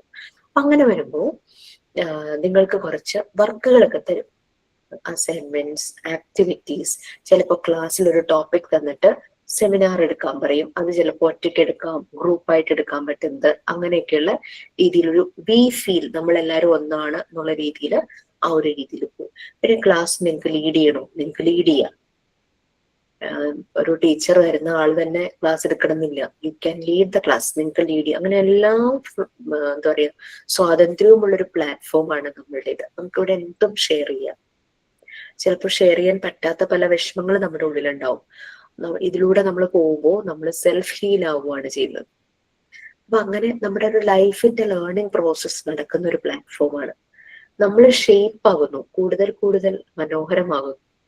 മേക്കപ്പ് ഒന്നും ഇട്ടിട്ടില്ല, ബട്ട് നമ്മൾ കൂടുതൽ കൂടുതൽ മനോഹരമാകുവാണ്. നമ്മുടെ ഹാർട്ട് പ്യൂരിഫൈഡ് ആയിക്കൊണ്ടേയിരിക്കും. അപ്പൊ നിങ്ങൾക്ക് മോഡ്യൂൾ 1, മോഡ്യൂൾ 2, മോഡ്യൂൾ 3 ഇങ്ങനെ 3 മോഡ്യൂൾസ് ഉണ്ട്. ക്ലാസ്സിൽ വരുമ്പോൾ എല്ലാ ദിവസവും തേഴ്സ്ഡേ ആണെന്ന് തോന്നുന്നു നിങ്ങളുടെ ക്ലാസ് എനിക്ക് കേട്ടോ.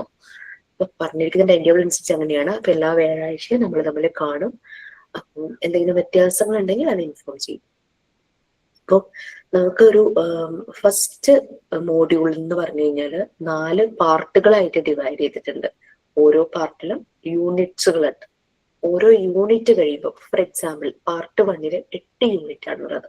ആ പാർട്ട് 1 ഒരു യൂണിറ്റ് കഴിയുമ്പോൾ നിങ്ങൾക്ക് മോക്ക് ടെസ്റ്റ് പ്രൊവൈഡ് ചെയ്യും. മോക്ക് ടെസ്റ്റ് പ്രൊവൈഡ് ചെയ്യുന്ന വേറെ ഒന്നിനും വേണ്ടിയിട്ടല്ല കേട്ടോ.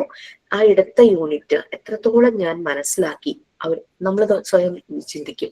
എന്നിട്ട് നമ്മൾ പ്രാക്ടീസ് ചെയ്ത് നമ്മുടെ സ്കോർ അപ്പൊ തന്നെ കാണാൻ പറ്റും. ഇപ്പൊ 10ലാണ് മാർക്ക് എന്ന് വിചാരിച്ചുള്ളൂ. 10 ക്വസ്റ്റ്യൻ ഉണ്ട്, ഓരോ മാർക്ക് വെച്ചിട്ടാണ്. 10ലാണ് മാർക്ക്. ആൻസർ ചെയ്ത് വന്നപ്പോ എനിക്ക് 7 മാർക്ക് കിട്ടിയുള്ളൂ. 3 എന്റെ തെറ്റിപ്പോയതായിരിക്കാം. No problem, no worries. നിങ്ങൾ തെറ്റിപ്പോയത് നോക്കുക, നമ്മുടെ കണ്ടന്റ് ഒന്ന് മനസ്സിലാക്കുക, വീണ്ടും പ്രാക്ടീസ് ചെയ്യുക. നിങ്ങൾക്ക് എത്ര പ്രാവശ്യം വേണമെങ്കിലും മോക്ക് ടെസ്റ്റ് പ്രാക്ടീസ് ചെയ്യാം. പിന്നെ മോഡ്യൂൾ 1 4 പാർട്ടായിട്ടാണ് ഡിവൈഡ് ചെയ്തേക്കുന്നത്. അതൊക്കെ സിലബസ് ഒക്കെ കിട്ടുമ്പോൾ മനസ്സിലാവും. അതിൽ ഒന്നാമത്തെ പാർട്ടിൽ 8 യൂണിറ്റ്സ് ഉണ്ട്, രണ്ടാമത്തെ പാർട്ടിൽ 10 യൂണിറ്റ്സ് ഉണ്ട്. ഈ 18 യൂണിറ്റ്സ്, അതായത് പാർട്ട് 1ഉം പാർട്ട് 2ഉം കഴിയുമ്പോൾ നിങ്ങൾക്ക് ഒരു ടേം 1 എക്സാമിനേഷൻ ഉണ്ടാവും. അതുപോലെ തന്നെ പാർട്ട് 3ഉം പാർട്ട് 4ഉം കഴിയുമ്പോൾ ഒരു ടേം 2 എക്സാമിനേഷൻ ഉണ്ടാവും. മോഡ്യൂൾ 1 അതോടുകൂടി കഴിഞ്ഞു. പിന്നെ മോഡ്യൂൾ 2 എന്ന് പറയുന്നത് ഇംഗ്ലീഷാണ്. നമുക്ക് നല്ല എക്സ്പേർട്ടായ വളരെ ലൈവ്ലി ആയിട്ടുള്ള ആക്റ്റീവ് ആയിട്ടുള്ള ഇംഗ്ലീഷ് ടീച്ചേഴ്സ് ഉണ്ട്. മാക്സിമം യൂസ് ചെയ്യുക, ഇംഗ്ലീഷ് മാക്സിമം സംസാരിക്കുക. ഒരു മടിയും മേടിക്കില്ല. നമ്മളുടെ പ്ലാറ്റ്ഫോമാണ്. നമ്മുടെ ഈ ഗ്രൂപ്പിൽ തന്നെ ചിലപ്പോൾ നല്ല ലാംഗ്വേജ് ഉള്ളവരുണ്ടാവും. അപ്പൊ അവർക്ക് നമ്മളെ ഹെൽപ്പ് ചെയ്യാൻ പറ്റുമായിരിക്കും. നല്ല നമ്മളുടെ കമ്മ്യൂണിക്കേഷനൊക്കെ നന്നാക്കാനായിട്ട് സിമ്പിൾ ഇംഗ്ലീഷ് മതി. കുഞ്ഞു കുട്ടികളെ അടുത്ത് പോകുമ്പോൾ വലിയ കട്ടി ശശി തരൂർ ടൈപ്പ് ഒന്നും വേണ്ടല്ലോ. നമ്മൾ സിമ്പിൾ ആയിട്ട് നല്ല സ്ട്രക്ചറിൽ നമുക്ക് സംസാരിക്കാൻ പറ്റണം കോൺഫിഡന്റ് ആയിട്ട്. കാരണം ചെറിയ കുട്ടികളുടെ ലാംഗ്വേജ് ഡെവലപ്പ് ചെയ്യുന്ന സമയത്താണ് നമ്മൾക്ക് അവരെ കയ്യിൽ കിട്ടുന്നത്. അവരുടെ എല്ലാ ഡെവലപ്മെന്റിന്റെയും ഫൗണ്ടേഷൻ ഇടുന്ന സമയമാണ് ഈ 3 വയസ്സ് എന്ന് പറഞ്ഞു കഴിഞ്ഞാല്. ഫിസിക്കൽ ഡെവലപ്മെന്റ്, കോഗ്നിറ്റീവ് ബുദ്ധിപരമായ ഡെവലപ്മെന്റ്, പിന്നെ സോഷ്യൽ ഡെവലപ്മെന്റ്, അവരുടെ ആളുകളുമായി ഇടപെടുന്നത് കൂടുതലായി വരുന്നത് ആ ഒരു ടൈമിലാണ്. ലാംഗ്വേജ് ഡെവലപ്മെന്റ്, അവരുടെ ലാംഗ്വേജ് പ്രോപ്പർ ആവുന്ന സമയം. ഇതെല്ലാം പ്രൊവൈഡ് ചെയ്യുന്ന നമ്മള് കറക്റ്റ് ആയിട്ട് അത് അവർക്ക് പ്രൊവൈഡ് ചെയ്താലല്ലേ അവരുടെ ഡെവലപ്മെന്റ് കറക്റ്റ് ആവുള്ളൂ. അപ്പൊ ഈ രീതിയിലാണ് പോകുന്നത്. മോഡ്യൂൾ 1 കഴിയുമ്പോഴേക്കും ഈ ടേം എക്സാമിനേഷന് കൂടെ ഇംഗ്ലീഷിന്റെ കുറച്ച് ക്വസ്റ്റ്യൻസ് ഉണ്ടാവും കേട്ടോ. അപ്പൊ മോഡ്യൂൾ 1 കഴിയുമ്പോൾ മെയിൻ എക്സാം സ്റ്റാർട്ട് ചെയ്യും. മോഡ്യൂൾ 1ഉം മോഡ്യൂൾ 2ഉം കഴിയുമ്പോൾ മെയിൻ എക്സാം സ്റ്റാർട്ട് ചെയ്യും. സബ്ജക്റ്റ് ആയിട്ട് ഡിവൈഡ് ചെയ്തിട്ടുണ്ട് മോഡ്യൂൾസിനെ. പിന്നെ മോഡ്യൂൾ 3 എന്ന് പറയുന്നത് കുറച്ചു മുമ്പ് ഞാൻ പറഞ്ഞില്ലേ, ഡോക്ടർ മറിയ മോണ്ടിസോറി ഒരു സ്കൂള് സ്റ്റാർട്ട് ചെയ്തു. അതിനകത്ത് ക്ലാസ് റൂം ഒന്നുമില്ല, പല പല ഏരിയ ആയിട്ട് തിരിച്ചു. 5 ഏരിയ ആയിട്ടാണ് മറിയ മോണ്ടിസോറി തിരിച്ചത്. ഈ 5 ഏരിയയിലുള്ള കാര്യങ്ങളാണ് മോഡ്യൂൾ 3 വരുന്നത്. നമ്മുടെ പ്രാക്ടിക്കൽ മാത്രം, അതിന് എക്സാം ഒന്നുമില്ല. പക്ഷെ നമ്മൾ അതിന് വേണ്ടിയിട്ട് കുറെ വർക്കുകൾ ചെയ്യണം, റെക്കോർഡ് എഴുതണം, വൈവ അറ്റൻഡ് ചെയ്യുമ്പോൾ മോഡ്യൂൾ 3 റിലേറ്റഡ് ആണ്. ഓക്കെ, ഇത്രയും കാര്യങ്ങൾ. പിന്നെ PG എടുത്തിട്ടുള്ള കുട്ടികൾ ഉണ്ടായിരിക്കും, അവർക്ക് എക്സ്ട്രാ 2 സബ്ജക്റ്റും കൂടി ഉണ്ടാവും, മോഡ്യൂൾ 4ഉം മോഡ്യൂൾ 5ഉം. അതൊക്കെ ക്ലാസ് തുടങ്ങുമ്പോഴായിരിക്കും നിങ്ങൾക്ക് കുറച്ചുകൂടെ ഐഡിയ കിട്ടുക. കാരണം ടെക്സ്റ്റ് കിട്ടി, സിലബസ് കിട്ടി, ഇങ്ങനെ എന്താണ് മോഡ്യൂൾ, ഓരോ മോഡ്യൂൾ എന്തൊക്കെയാണെന്നൊക്കെ മനസ്സിലാക്കി കഴിയുമ്പോൾ ഐഡിയ കിട്ടുക. ക്ലാസ്സിൽ ഇതൊക്കെ ഡൗട്ട് ക്ലിയർ ചെയ്ത് പോകാൻ കുഴപ്പമൊന്നുമില്ല. ഞാൻ തേഴ്സ്ഡേ നിങ്ങൾ എന്തായാലും കാണും. ഇനി എന്തെങ്കിലും ചോദിക്കാറുണ്ടെങ്കിൽ ചോദിച്ചു, ഡൗട്ട്സ് എന്തെങ്കിലും ഉണ്ടെങ്കിൽ പ്ലീസ്. ഞാനൊന്ന് മ്യൂട്ട് ചെയ്യാം. ആരെങ്കിലും ഒന്ന് ചോദിക്കുമ്പോൾ നമുക്ക് എല്ലാവർക്കും ഒന്ന് മ്യൂട്ട് ചെയ്യാം.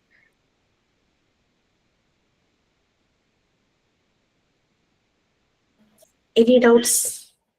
ഉറങ്ങിപ്പോയില്ലല്ലോ അല്ലെ? Any doubts please? Hello miss. Hi ma'am, എന്റെ പേര് ജെറിൻ ആണ്. ജെറിൻ. ഒരു മിനിറ്റ്, ജെറിൻ കഴിയുമ്പോ റോസ്മേരി ചോദിച്ചോളൂ കേട്ടോ. ഓർത്തിരുന്നോ? ഞാൻ കണ്ടു റോസ്മേരി അൺമ്യൂട്ട് ചെയ്യുന്നത്. ഓക്കെ ജെറിൻ പറഞ്ഞു. ജെറിൻ അല്ലേ? അതെ അതെ മാം. ഈ അസൈൻമെന്റ്സ് റെക്കോർഡ് ചെയ്യുന്ന അസൈൻമെന്റ് റെക്കോർഡുകൾ എഴുതുമെന്ന് പറയുമ്പോൾ നമ്മൾ ഇത് സബ്മിറ്റ് ചെയ്യുന്ന പ്രൊസീജിയർ ഒന്ന് എങ്ങനെയായിരിക്കും എന്ന് പറയാമോ? റെക്കോർഡ്സ് അസൈൻമെന്റിനൊക്കെ എഴുതാൻ പറയുന്നത്. പറയാം. അതില് അസൈൻമെന്റ് മാത്രമാണ് നിങ്ങൾ സബ്മിറ്റ് ചെയ്യേണ്ടത്. അതിനൊരു പ്രത്യേക പ്ലാറ്റ്ഫോം നമുക്കുണ്ട്. അതിലേക്ക് അത് അപ്ലോഡ് ചെയ്യുവാണ് ചെയ്യുന്നത്. അതൊക്കെ പറഞ്ഞു തരും. അപ്ലോഡ് ചെയ്യാണ് നിങ്ങളുടെ ക്ലാസ് റൂമിൽ അതിന്റെ മോക്ക് വീഡിയോ ഒക്കെ ഇട്ട് തരും, എങ്ങനെ അപ്ലോഡ് ചെയ്യണം എന്നൊക്കെയുള്ള രീതിയിൽ. അസൈൻമെന്റ്സ് മാത്രം. റെക്കോർഡൊക്കെ നമുക്ക് സബ്മിറ്റ് ചെയ്യാന്ന് പറഞ്ഞാൽ ഇറ്റ്സ് വെരി ടഫ് അല്ലെ? അപ്പൊ പൊതുവെ കുട്ടികൾ, നമ്മളിവിടെ ഒരു പ്ലാറ്റ്ഫോം അവർക്ക് വേണ്ടി പ്രത്യേകം ചെയ്യാറുണ്ട്. എന്താണെന്ന് വെച്ച് കഴിഞ്ഞാല്, നമുക്ക് മറിയ മോണ്ടിസോറി ഡിസൈൻ ചെയ്ത മെയിൻ മെറ്റീരിയൽസ് എല്ലാം നമുക്ക് അവൈലബിൾ ആണ്. അതിന്റെ ഒരു പ്രാക്ടിക്കൽ ക്ലാസ് നിങ്ങൾക്ക് ഓൺലൈനായിട്ട് പ്രൊവൈഡ് ചെയ്യും. ഓൺലൈനായിട്ട് പ്രൊവൈഡ് ചെയ്യാന്ന് പറഞ്ഞാൽ ഡെമോ ആണ്. ടീച്ചേഴ്സ് ആ മെറ്റീരിയൽസ് എടുത്ത് കാണിക്കും, ഇതെങ്ങനെ ചെയ്യണം, അങ്ങനെയുള്ള ക്ലാസ് തരും. അത് തന്നെ നിങ്ങൾക്ക് നേരിട്ട് വന്നും ചെയ്യാൻ പറ്റും. എല്ലാവർക്കും ഒന്നും വരാൻ പറ്റിയില്ലെങ്കിൽ കൂടിയും വരാൻ പറ്റുന്നവർക്ക് വേണ്ടിയിട്ട് നേരിട്ട് വന്ന് ചെയ്യാനായിട്ട് ഒരു ഫുൾ ഡേ അതിനുള്ള സൗകര്യം ഞങ്ങൾ ഒരുക്കി തരും. പക്ഷെ സാറ്റർഡേ ആയിരിക്കും നിങ്ങളുടെ ക്ലാസ്സിന്റെ ടോപ്പിക്സ് ഒരുവിധം ആയി വരുമ്പോഴാണ് കേട്ടോ ഈ പ്രാക്ടിക്കൽ സെഷൻ ചെയ്യുന്നത്. അപ്പൊ നേരിട്ട് വന്ന് ഈ മെറ്റീരിയൽ യൂസ് ചെയ്ത് നിങ്ങൾക്ക് കുറെ നേരം അത് ചെയ്തു നോക്കാനായിട്ട് പറ്റും. മെയിൻ ആയിട്ടുള്ള എല്ലാ മെറ്റീരിയൽസും മോണ്ടിസോറി പ്രിൻസിപ്പിളിന്റെ ഒറിജിനൽ മറിയ മോണ്ടിസോറി ഡിസൈൻ ചെയ്തതാണ്. അതിന്റെ ഡ്യൂപ്ലിക്കേറ്റ്സ് ഒന്നും നമ്മുടെ കയ്യിലില്ല, റിപ്ലിക്ക ഒന്നുമില്ല. എല്ലാം ആ റിയൽ മെറ്റീരിയൽസ് കൊണ്ട് ഉണ്ടാക്കിയിട്ടുള്ളത് അത് നമ്മുടെ കയ്യിലുണ്ട്. അപ്പൊ അത് വന്ന് നേരിട്ട് ചെയ്യാം. ആ സമയത്ത് ഈ പറയുന്ന റെക്കോർഡ്സ് കംപ്ലീറ്റ് ആണെങ്കിൽ നിങ്ങൾക്ക് നേരിട്ട് വന്ന് സൈൻ സീൽ ചെയ്ത് പോവാം. ഇനി ചില കുട്ടികൾ പറയും, ഞങ്ങൾ റെക്കോർഡ് കംപ്ലീറ്റ് ചെയ്തിട്ട് ഒരു ദിവസം വന്നു കഴിഞ്ഞാൽ സൈൻ ചെയ്യാമെന്ന് ചോദിക്കും. ഞങ്ങൾ അതിനെയും വെൽക്കം ചെയ്യുന്നു. അപ്പൊ നമ്മൾ പറയുന്നത് എന്താണെന്ന് വെച്ചാൽ, നിങ്ങൾ ക്ലാസ്സിലൊക്കെ ഒന്ന് ചോദിച്ച്, കുറച്ച് പേരുണ്ടെങ്കിൽ ഒരുമിച്ച് വരും. അപ്പൊ അങ്ങനെ വരുമ്പോൾ ഒരു ടീച്ചർ അതിന് വേണ്ടിയിട്ട് ഫ്രീ ആണല്ലോ. അപ്പൊ അങ്ങനെ വന്നു കഴിഞ്ഞാൽ അതിന് വേണ്ടുന്ന എല്ലാ സൗകര്യങ്ങളും ചെയ്തു തരാമെന്ന് പറയാറുണ്ട്. അപ്പൊ നമുക്ക് അസൈൻമെന്റ്സ് മാത്രമാണ് സബ്മിറ്റ് ചെയ്യേണ്ടത്. നമുക്ക് അസൈൻമെന്റ് ഉണ്ട്, അതുപോലെ തന്നെ ആക്ടിവിറ്റീസ് ഉണ്ട്. ആക്ടിവിറ്റീസ് എന്ന് പറഞ്ഞാൽ മറിയ മോണ്ടിസോറി ഡിസൈൻ ചെയ്ത ചില മെറ്റീരിയലുകളുടെ റിപ്ലിക്ക നമ്മൾ ഉണ്ടാക്കും. കാരണം മെറ്റീരിയൽസ് ഭയങ്കര കോസ്റ്റ്ലി ആയതുകൊണ്ട് ബൈ ചെയ്യുന്ന കാര്യത്തെ കുറിച്ച് ആരും ചിന്തിക്കേണ്ട. കാരണം എല്ലാം നമ്മൾ ഉണ്ടാക്കുകയാണ് ചെയ്യുന്നത്. പിന്നെ നമ്മൾ ചില സ്റ്റോറിക്ക് വേണ്ടിയിട്ട് മാസ്ക് ഉണ്ടാക്കും, സ്റ്റോറിയിലെ ക്യാരക്ടേഴ്സിനനുസരിച്ച്. പിന്നെ നമുക്ക് കുറച്ച് ആർട്ട് ആൻഡ് ക്രാഫ്റ്റ് ഒക്കെ അറിയാമെങ്കിൽ അത് ചെയ്യാം. പിന്നെ എന്തെങ്കിലും ബെസ്റ്റ് ഔട്ട് ഓഫ് വേസ്റ്റ് എന്നുള്ള രീതിയിൽ എന്തെങ്കിലും മെറ്റീരിയൽ ഉണ്ടാക്കണമെങ്കിൽ അങ്ങനെ ചെയ്യാം.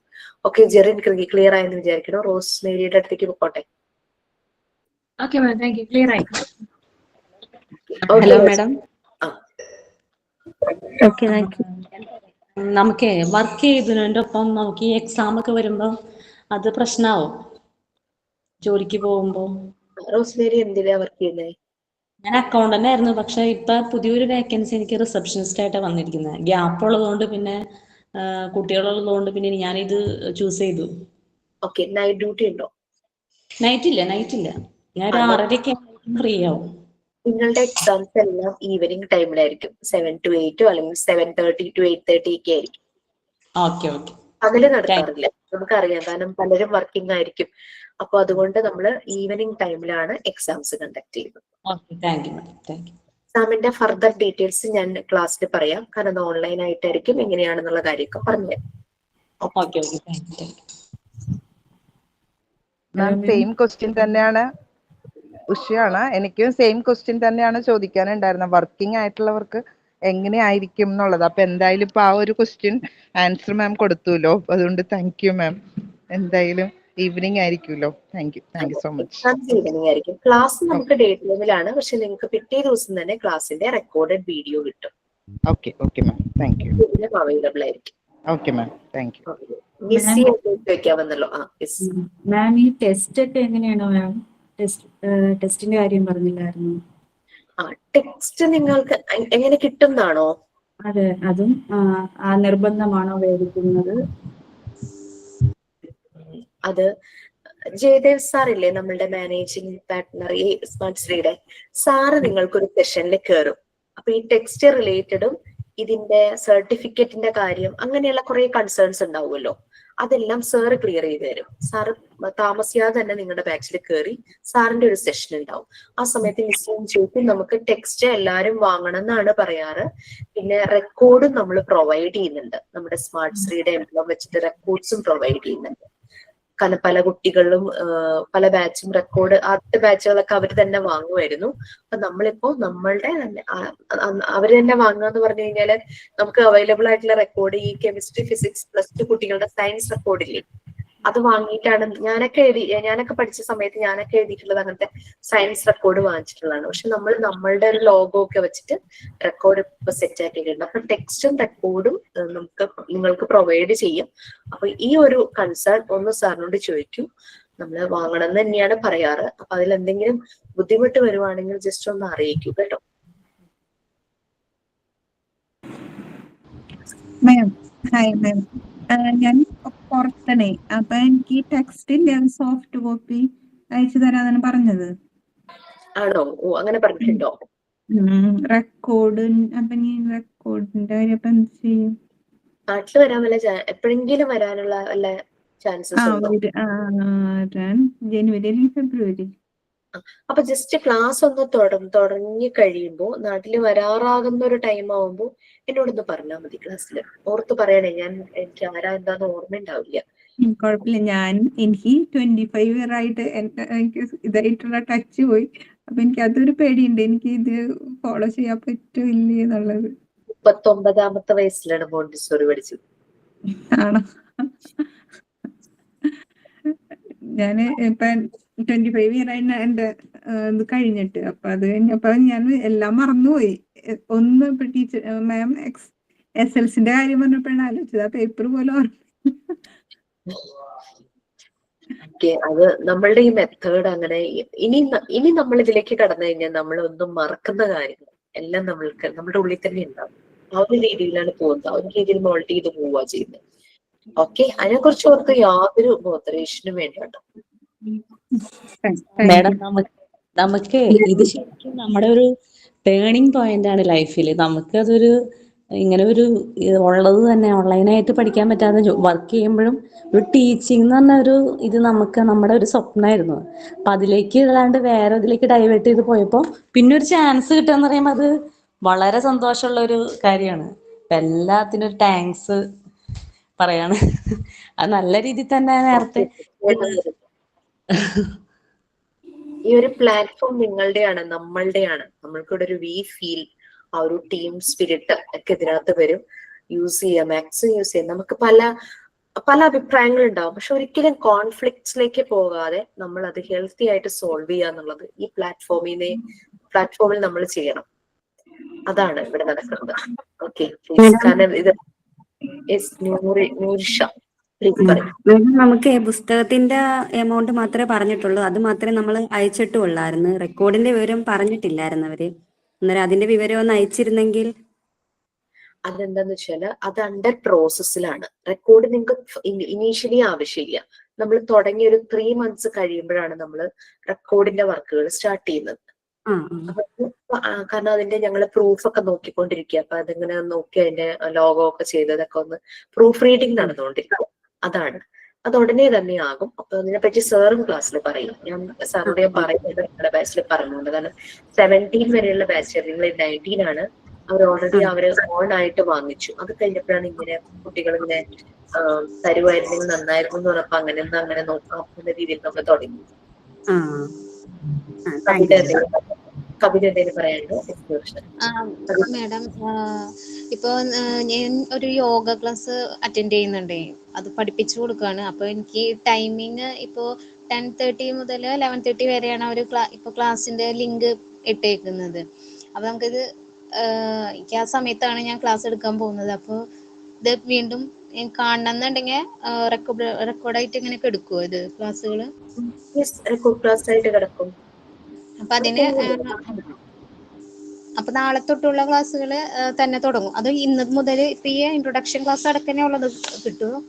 അതെ, ഇന്നത്തെ ഈ ക്ലാസ് തുടങ്ങി എല്ലാം റെക്കോർഡ് ക്ലാസ്സസ് ആയിട്ട് ഉണ്ടാകും. അപ്പൊ പക്ഷെ ഞങ്ങൾക്കൊരു റിക്വസ്റ്റ് ഉണ്ട് കവിത. കാരണം നമ്മൾക്ക് യോഗ, അതുപോലുള്ള യോഗ, മെഡിറ്റേഷൻ അങ്ങനെയുള്ള കാര്യങ്ങള് ക്ലാസ് റൂമിൽ ചെയ്യിക്കാൻ ആരെങ്കിലും ഉണ്ടെങ്കിൽ നിങ്ങളെ നമ്മൾക്ക് എല്ലാവർക്കും പറഞ്ഞു തരാൻ പറ്റുന്ന ഒരാള് ക്ലാസ്സിന്റെ ഇടയ്ക്കൊന്നും വന്നാൽ നന്നായിരുന്നു. തീർച്ചയായും വരുന്നുണ്ട്. ഓക്കെ, എല്ലാ ദിവസവും ഉണ്ടോ ക്ലാസ് യോഗയുടെ? യോഗയുടെ ക്ലാസ് ഉണ്ട്, എല്ലാ ദിവസവും ഉണ്ട്. അപ്പോൾ ഇപ്പോ ഞങ്ങളുടെ ഞാൻ തൃശ്ശൂർ ജില്ലയിൽ വല്ലച്ചിറ എന്ന് പറഞ്ഞ സ്ഥലത്താണ്. അപ്പൊ ആ ഏരിയയിലുള്ള ഒരുവിധം പഞ്ചായത്ത് മുഖേന ഇപ്പൊ ഇത്തിരി കൂടി ഏജ്ഡ് ആയ ആൾക്കാർക്കുള്ള ക്ലാസ്സാണ് ഇപ്പൊ നടന്നുകൊണ്ടിരിക്കുന്നത്.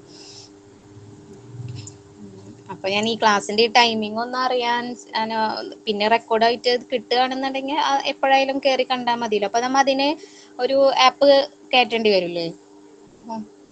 നിങ്ങളിപ്പോ ഏതെങ്കിലും ഒരു ക്ലാസ് റൂമിനോ അങ്ങനെ എന്തെങ്കിലുമൊക്കെ ആഡ് ആയോ? ക്ലാസ് റൂം എന്ന് പറഞ്ഞിട്ട് ഞാൻ ഒരു ഇത് പ്ലേ സ്റ്റോറിൽ നിന്ന് ഡൗൺലോഡ് ചെയ്ത് ഇട്ടിട്ടുണ്ട്. ഗൂഗിൾ ക്ലാസ് റൂം എന്ന് പറഞ്ഞിട്ട്. അപ്പൊ അതിന് ഈ വീഡിയോ വരാറ്. പിന്നെ അത് കൂടാതെ നമ്മളുടെ യൂട്യൂബ് ചാനലിൽ ഈ വീഡിയോ ഉണ്ടാവും. യൂട്യൂബ് ചാനലില് അതിന്റെ ഡീറ്റെയിൽസ് എല്ലാം നിങ്ങൾക്ക് ആ ക്ലാസ് റൂമിൽ, നിങ്ങളുടെ ഒരു ക്ലാസ് റൂം എല്ലാ മെസ്സേജും വരുന്ന ക്ലാസ് റൂമിൽ അവർ പ്രൊവൈഡ് ചെയ്യും. മനസ്സിലാവും, 1-2 ദിവസത്തിനുള്ളിൽ തന്നെ അത് ഐഡിയ കിട്ടും. അതെ. പിന്നെ എല്ലാ ദിവസവും മാഡത്തിന്റെ ക്ലാസ് ആണോ ഉണ്ടാവുക? ഇല്ല, ഞാൻ ആഴ്ചയിൽ ഒരു ക്ലാസ്സിലാണ് ഞാൻ വരുന്നത്. വേറെ ടീച്ചേഴ്സ് ഉണ്ട്, ഇംഗ്ലീഷ് എടുക്കാൻ വേറെ ടീച്ചർ, അങ്ങനെ 2-3 ടീച്ചേഴ്സ് ഉണ്ട് നമുക്ക്. ഞാൻ വ്യാഴാഴ്ചയായിരിക്കും നിങ്ങളെ കാണുന്ന ദിവസം. അതെ. Thank you madam.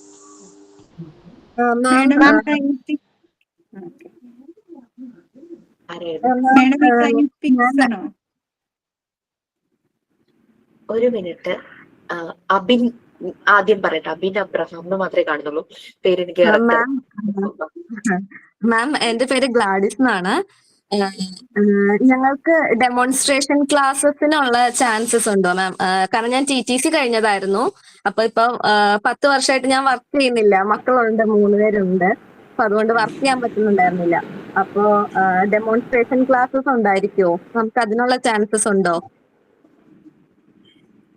തീർച്ചയായിട്ടും ഉണ്ട്. അത് അങ്ങനെ തന്നെ വേണം. പിന്നെ അത് കൂടാതെ കോഴ്സിന്റെ ഭാഗമായിട്ട് ടീച്ചിങ് പ്രാക്ടീസിന് നിങ്ങൾ പോകേണ്ടതുണ്ട്.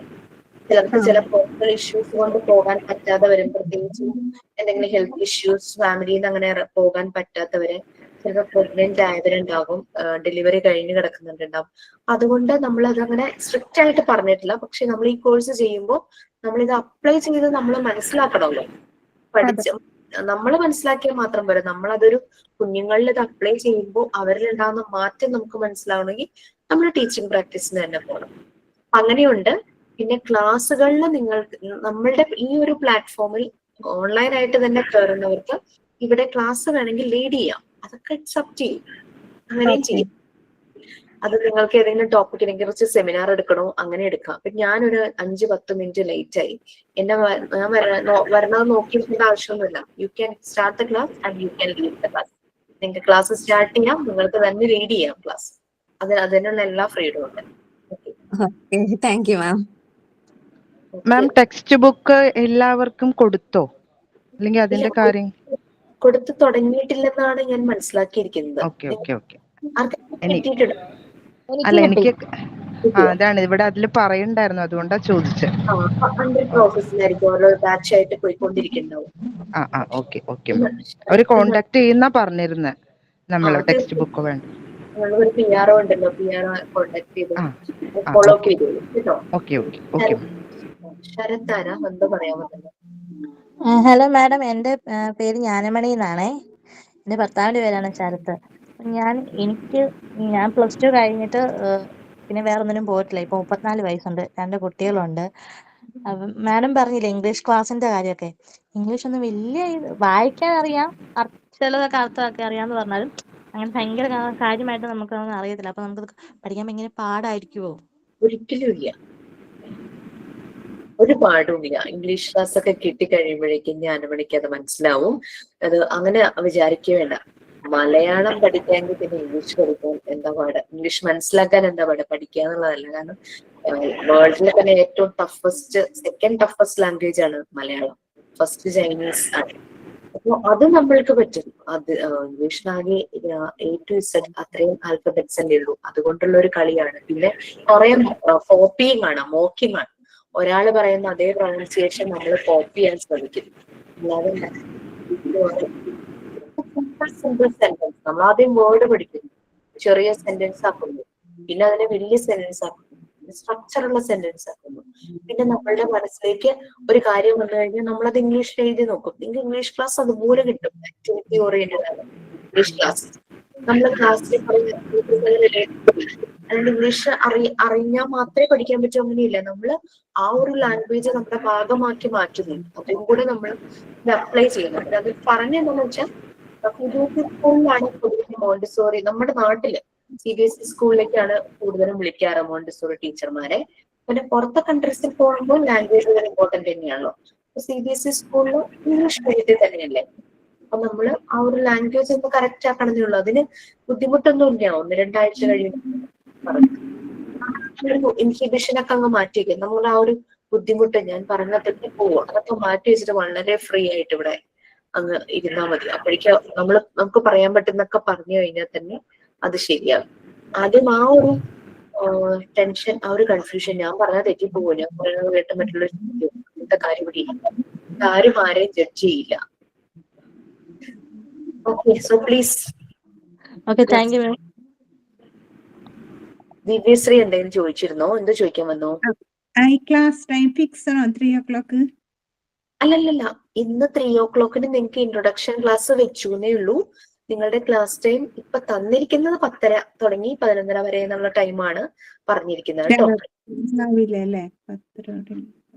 രാവിലെ ഒരു മീറ്റിംഗ് ഉള്ളത് കൊണ്ടാണ് ഈ ഒരു ടൈമില് നമ്മൾ ഇൻട്രൊഡക്ഷൻ കൊടുത്തത്. ഓഫീസിൽ ഒരു മീറ്റിംഗ് ഉള്ളതുകൊണ്ട് ഞാൻ എന്റെ വീട്ടിൽ നിന്നാട്ടോ ക്ലാസ് എടുക്കുന്നത്, അതുകൂടെ പറയാം. ബാക്കി ടീച്ചേഴ്സ് എല്ലാം ഇൻസ്റ്റിറ്റ്യൂട്ടിൽ ഇരുന്നാണ് എടുക്കുന്നത്.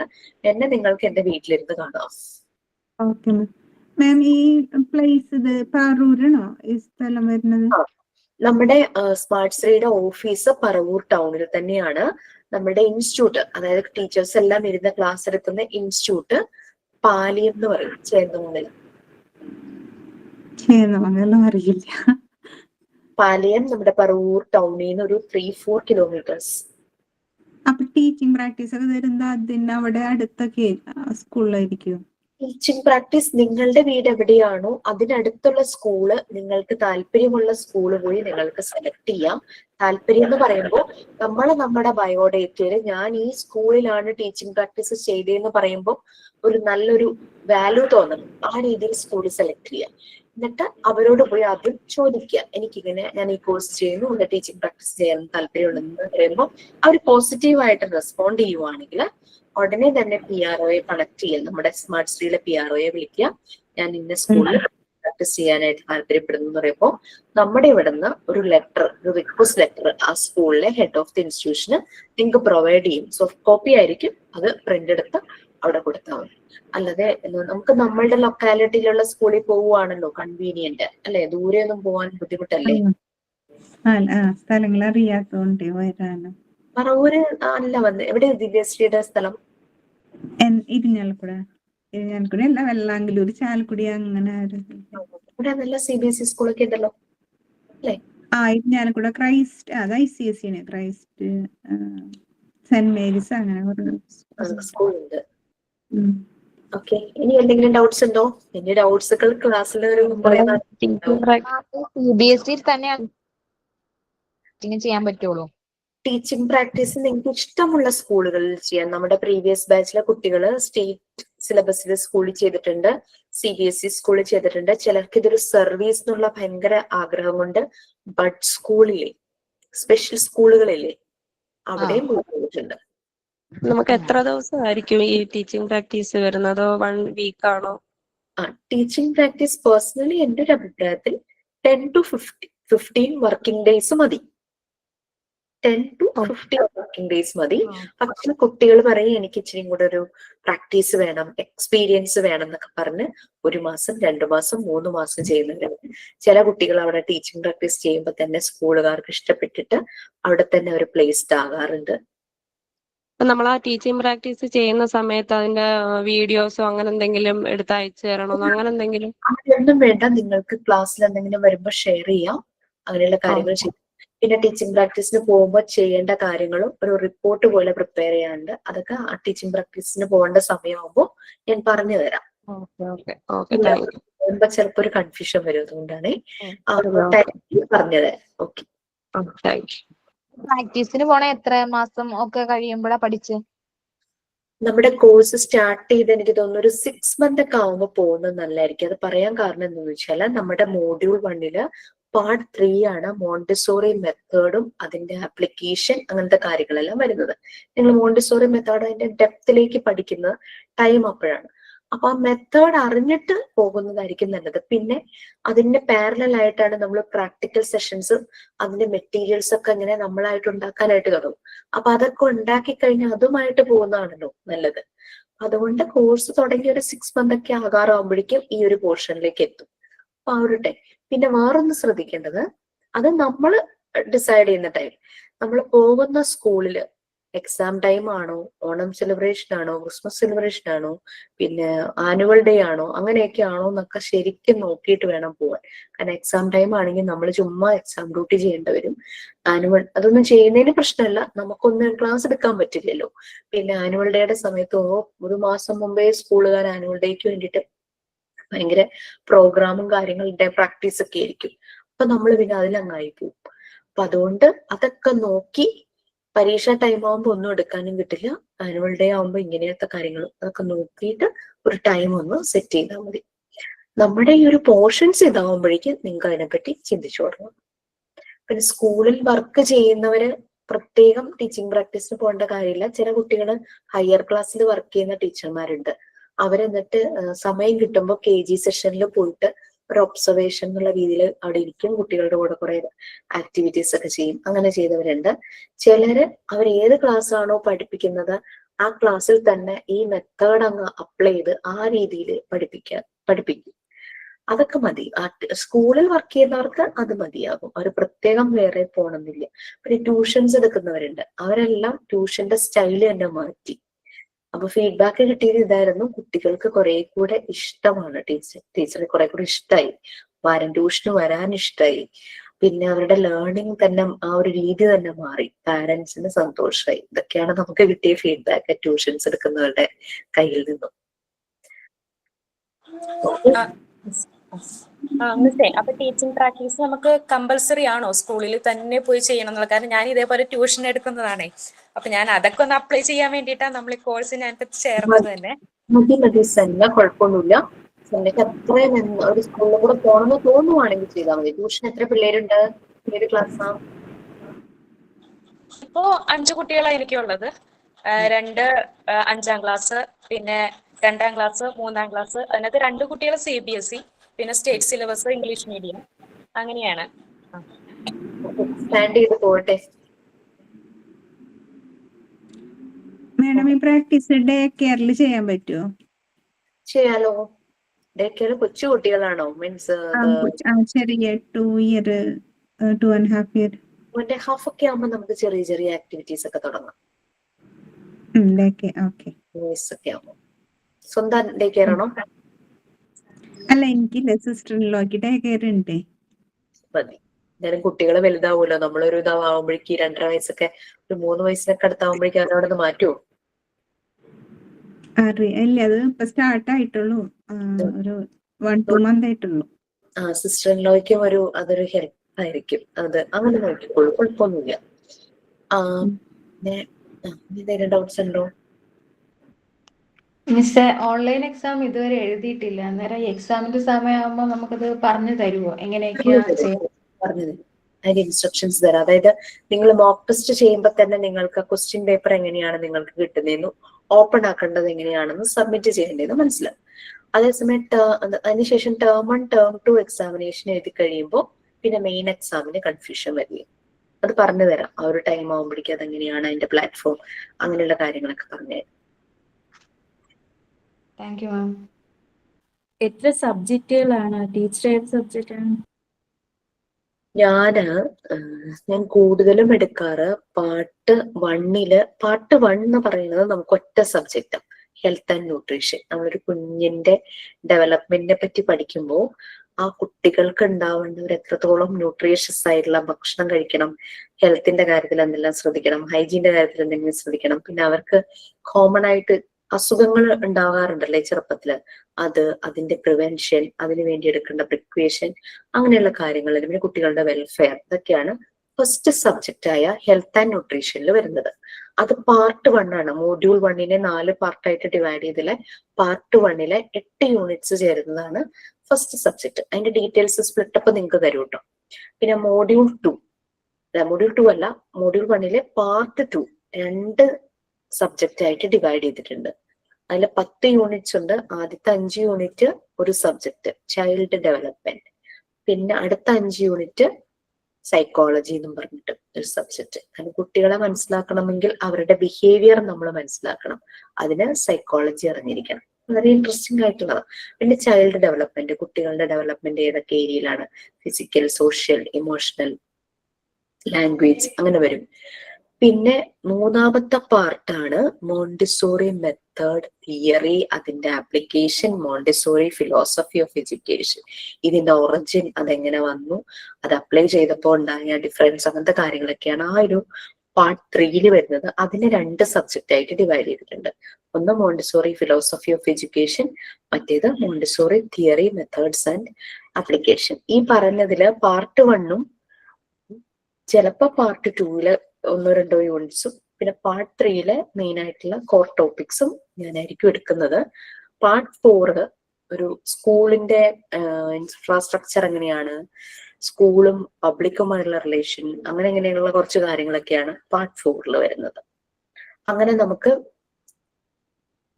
6 സബ്ജക്റ്റ് ആണ് മോഡ്യൂൾ 1 വരുന്നത്. 7ാമത്തെ സബ്ജക്റ്റ് ആയിട്ട് മോഡ്യൂൾ 2 ഇംഗ്ലീഷ്.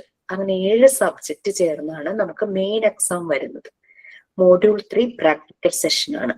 മോഡ്യൂൾ 4ഉം മോഡ്യൂൾ 5ഉം PGക്കാരുടെ എക്സ്ട്രാ 2 സബ്ജക്റ്റ്. അപ്പോൾ ഡിപ്ലോമ സ്റ്റുഡൻസിന് 7 തിയറി പേപ്പർ ഉണ്ടായിരിക്കും. PGക്കാർക്ക് ഈ 7 പേപ്പറും പ്ലസ് 2, അങ്ങനെ 9 തിയറി പേപ്പർ. പിന്നെ പ്രാക്ടിക്കൽ ഉണ്ട്. പ്രാക്ടിക്കൽ ഇതുപോലെ തന്നെ 5 ആയിട്ട് ഡിവൈഡ് ചെയ്തിട്ടുണ്ട്. ഡിപ്ലോമക്കാർക്കും PGക്കാർക്കും ആ 5 കോമൺ ആണ്. PGക്കാർക്ക് 1 എക്സ്ട്രാ ഉണ്ട്, ഒരു സെമിനാർ. അതിന്റെ സ്പ്ലിറ്റപ്പ് നിങ്ങൾക്ക് തരും. സ്പ്ലിറ്റപ്പ് കിട്ടിയിട്ട് നോക്കുമ്പോഴാണ് ആ ഒരു ഐഡിയ കിട്ടും എക്സാം ഒക്കെ എങ്ങനെയാണെന്നുള്ള കാര്യങ്ങളൊക്കെ പറഞ്ഞു തരാം ശേഷം. പിന്നെ ക്ലാസിന്റെ ഒരു രീതി പറഞ്ഞുതരാം. നമ്മളിത് ലേണിംഗ് പ്രോസസ് ആണെന്ന് പറഞ്ഞു. അതായത് ക്ലാസ് സ്റ്റാർട്ട് ചെയ്യുമ്പോൾ പ്രെയർ ചെയ്യാനായിട്ട് ഒരാൾ റെഡി ആയിട്ട് വരണം. പ്രെയർ നത്തിങ് റിലീജിയസ് ആയിട്ടുള്ള രീതിയിലൊന്നും അല്ല നമ്മൾ പ്രെയർ ചെയ്യുന്നത്. നിങ്ങളുടെ ഇഷ്ടോട്ടോ, ഒരു പ്രോബ്ലം ഇല്ല. പക്ഷെ നമുക്കിത് ആ ഒരു രീതിയിലാണ് പോകുന്നത്. പിന്നെ സൈൻ എന്ന് പറഞ്ഞു കഴിഞ്ഞാൽ കണ്ടിട്ടില്ലേ, ഒരു സദസ്സിനെ വന്ന ഒരു ആങ്കർ അല്ലെങ്കിൽ വെൽക്കം ചെയ്യില്ലേ, നമ്മുടെ ക്ലാസ്സിനെ വെൽക്കം ചെയ്യുന്നു. നിങ്ങളുടേതായിട്ടുള്ള യുണീക്ക് സ്റ്റൈലിൽ വെൽക്കം ചെയ്യാം. ഡാൻസ് ചെയ്തോ, പാട്ടുപാടിയോ, കഥകൾ പറഞ്ഞോ, നിങ്ങളുടെ സ്റ്റൈല്, ആരെയും കോപ്പി ചെയ്യണ്ട. നമുക്കുടെ ഉള്ളിൽ നിന്ന് വരുന്നത് എന്താണ് അതിനനുസരിച്ച് ഹോൾ ക്ലാസ്സിനെ വെൽക്കം ചെയ്യാം. പിന്നെ ഒരു കോട്ടോ അല്ലെങ്കിൽ ഒരു തോട്ടോ പറയുക, തോട്ട് ഫോർ ദ ഡേ. അന്നത്തെ ഒരു തോട്ട് അല്ലെങ്കിൽ ഒരു കോട്ട് സ്വന്തമായിട്ട് ഉണ്ടാക്കാം, അല്ലെങ്കിൽ എമിനന്റ് ആയിട്ടുള്ള ആളുകളുടെ എല്ലാം കോട്ട്സ് ഇഷ്ടം പോലെ ഉണ്ട്, അത് വെച്ചിട്ട് പറയും. പിന്നെ ക്ലാസ് കഴിയുമ്പോൾ സൈൻ ഔട്ട്, താങ്ക്സ് എല്ലാം പറഞ്ഞ് ബൈ എല്ലാം പറഞ്ഞിട്ട് സൈൻ ഔട്ട് ചെയ്ത് പോവാം. വേണമെങ്കിൽ ക്ലാസ് ഒന്ന് ബ്രീഫ് ചെയ്തിട്ടും പോവാം, ഇല്ലെങ്കിലും പ്രശ്നമില്ല. പിന്നെ ഒരു കാര്യം ശ്രദ്ധിക്കേണ്ടത്, ഓരോ ക്ലാസ് കഴിയുമ്പോൾ, അതായത് ഒരാഴ്ച നമുക്കിവിടെ ലീഡേഴ്സ് എന്നുള്ള പരിപാടിയില്ല കേട്ടോ. നമ്മൾ ഓരോരോ സിറ്റുവേഷനിലും നിങ്ങൾ ഓരോരുത്തരും ലീഡറാണ്. അല്ലാതെ ഞാൻ ടീച്ചറാണ് വലിയൊരു പ്ലാറ്റ്ഫോമിൽ നിൽക്കുന്നു, നമ്മളെല്ലാവരും ഈക്വൽ ആയിട്ടാണ് പോകുന്നത്. അപ്പോൾ ലീഡേഴ്സ് എന്നുള്ളതിനെ പറ്റി അങ്ങനെ ചിന്തിക്കുന്നു. നമ്മൾ വേണ്ടതെന്ന് വെച്ചാൽ ഓരോ ആഴ്ചയും 2 കോർഡിനേറ്റേഴ്സ്, അത് സ്വമനസ്സാലെ മുന്നോട്ട് വരുവാണെങ്കിൽ നന്നായിരിക്കും. നിങ്ങളുടെ ഇടയിൽ നിന്ന് 2 കോർഡിനേറ്റേഴ്സ് മുന്നോട്ട് വരണം. ഈ കോർഡിനേറ്റേഴ്സിന്റെ അടുത്ത് മറ്റുള്ളവര്, ഇപ്പം നിസിയ മോളും സനിലയാണ് കോർഡിനേറ്റേഴ്സ് എന്ന് വിചാരിക്കുക. അപ്പൊ ദിവ്യശ്രീ അവരോട് പറയുന്നു, നാളത്തെ പ്രെയർ ഞാനായിരിക്കും. മിനിമോള് പറയുന്നു തോട്ട് ഞാൻ പറയാം. അരുണിക പറയുന്നു ഞാൻ സൈൻ ഇൻ ചെയ്തോളാം. അങ്ങനെ ഓരോരുത്തരായിട്ട് ഓരോ ഡ്യൂട്ടി അങ്ങ്, നിങ്ങളുടെ പേരായിട്ടോ കാണുന്നുള്ളൂ, അതുകൊണ്ടാണ് പറയുന്നത്, ഓരോ ഡ്യൂട്ടി അങ്ങ് അസൈൻ ചെയ്യും. അപ്പൊ കോർഡിനേറ്റേഴ്സിന് എളുപ്പമായി. അവർക്ക് ആ ആള് അപ്പൊ അവൈലബിൾ ആണോ എന്ന് നോക്കിയാൽ മതി. എന്തെങ്കിലും കാരണവശാൽ എന്തെങ്കിലും എമർജൻസി കേസ് കൊണ്ട് അവർക്ക് ക്ലാസ് കയറാൻ പറ്റുന്നില്ല എന്നൊരു അവസ്ഥ വരുവാണെങ്കിൽ പകരം ഒരാള് റെഡിയായി വരുവാണെങ്കിൽ ഏറ്റവും നല്ലത്. അപ്പോ prayer, sign in, thought for the day, class കഴിയുമ്പോൾ സൈൻ ഔട്ട്. അടുത്ത ആഴ്ചയിൽ വേറെ 2 പേര് കോർഡിനേറ്റേഴ്സ് ആവും. അങ്ങനെ ഈ ചാൻസ് എല്ലാവരിലും വരണം. ഈ കോർഡിനേറ്റേഴ്സ് തന്നെ ഈ പറഞ്ഞ പ്രെയറും സൈനിനും തോട്ട് ഫോർ ദ ഡേയും ചെയ്യണം. നിങ്ങളൊരു വീക്കിൽ കോർഡിനേറ്റേഴ്സ് ആണെങ്കിൽ നിങ്ങൾ ഇത് മാത്രം, പ്രെയറിന് ആളുണ്ടോ, സൈനിന് ആളുണ്ടോ, സൈൻ ഔട്ടിന് ആളുണ്ടോ എന്ന് നോക്കിയാൽ മതി. പിന്നെ അന്നത്തെ ക്ലാസ് കഴിയുമ്പോൾ ക്ലാസ്സിൽ കയറിയവര് നിങ്ങളുടെ ഒരു പേഴ്സണൽ ഗ്രൂപ്പ് നിങ്ങൾ ക്രിയേറ്റ് ചെയ്യുമല്ലോ, നിങ്ങൾ എല്ലാവരും കൂടി ഉള്ളത്, അവിടെ ഒന്ന് ബ്രീഫ് ചെയ്തിടുക. ഇന്ന് ക്ലാസ്സിൽ ഈ കാര്യങ്ങളാണ് പറഞ്ഞത്, എന്തെങ്കിലും വർക്ക് തന്നിട്ടുണ്ടെങ്കിൽ. അപ്പോൾ റെക്കോർഡ് ക്ലാസ് കാണുന്നവർക്ക് എളുപ്പമായിരിക്കും. ചിലർക്ക് 1 hour അതിരുന്ന് കാണാനുള്ള ചിലപ്പോൾ ഒരു ടൈമൊന്നും കിട്ടിയില്ലെങ്കിൽ ഈ ബ്രീഫിംഗ് അവരെ ഒത്തിരി ഹെൽപ്പ് ചെയ്യും. അപ്പൊ അങ്ങനെയും കൂടെ ചെയ്യാനായിട്ട് നോക്കും. നമ്മളൊരു മ്യൂച്വൽ ഹെൽപ്പ്, റെസിപ്രോക്കൽ ഹെൽപ്പ്, നമ്മളൊരു ഹെൽപ്പാണ് പരസ്പരം. എന്നെ ഇപ്പൊ ദിവ്യശ്രീ ഹെൽപ്പ് ചെയ്യുകയാണെങ്കിൽ എന്റെ മനസ്സിൽ അത് എപ്പോഴും ഉണ്ടാവും. എനിക്ക് തിരിച്ചത് ഒരവസരത്തിൽ എനിക്ക് കൊടുക്കാനായിട്ട് കഴിയണം. അറ്റ്ലീസ്റ്റ് വേറൊരാൾക്കെങ്കിലും എനിക്ക് കൊടുക്കാൻ പറ്റണം ഹെൽപ്പ്. അപ്പൊ ആ രീതിയിലാണ് ഒരു മ്യൂച്വൽ ഹെൽപ്പ്, റെസിപ്രോക്കൽ ഹെൽപ്പാണ് നമ്മളിവിടെ പോകുന്നത്. അപ്പൊ അങ്ങനെ ഒരു കോപ്പറേഷൻ, മോണ്ടിസോറി മെത്തേഡിലൂടെ ഉണ്ടാകുന്ന സഹകരണ മനോഭാവം നമ്മളിൽ ആദ്യം തുടങ്ങി ഉണ്ടാകട്ടെ എന്ന് ഞാൻ ആശംസിക്കുന്നു. എന്റെ ആഗ്രഹവും അത് തന്നെയാണ്. ഓക്കെ, 19ാമത്തെ ബാച്ചാണ് നിങ്ങൾ. അപ്പം 8ാമത്തെ ബാച്ചിന്റെ കോൺവെക്കേഷൻ, അതായത് സർട്ടിഫിക്കറ്റ് സെറമണി ഈ ഒരു മന്ത് നടക്കുക.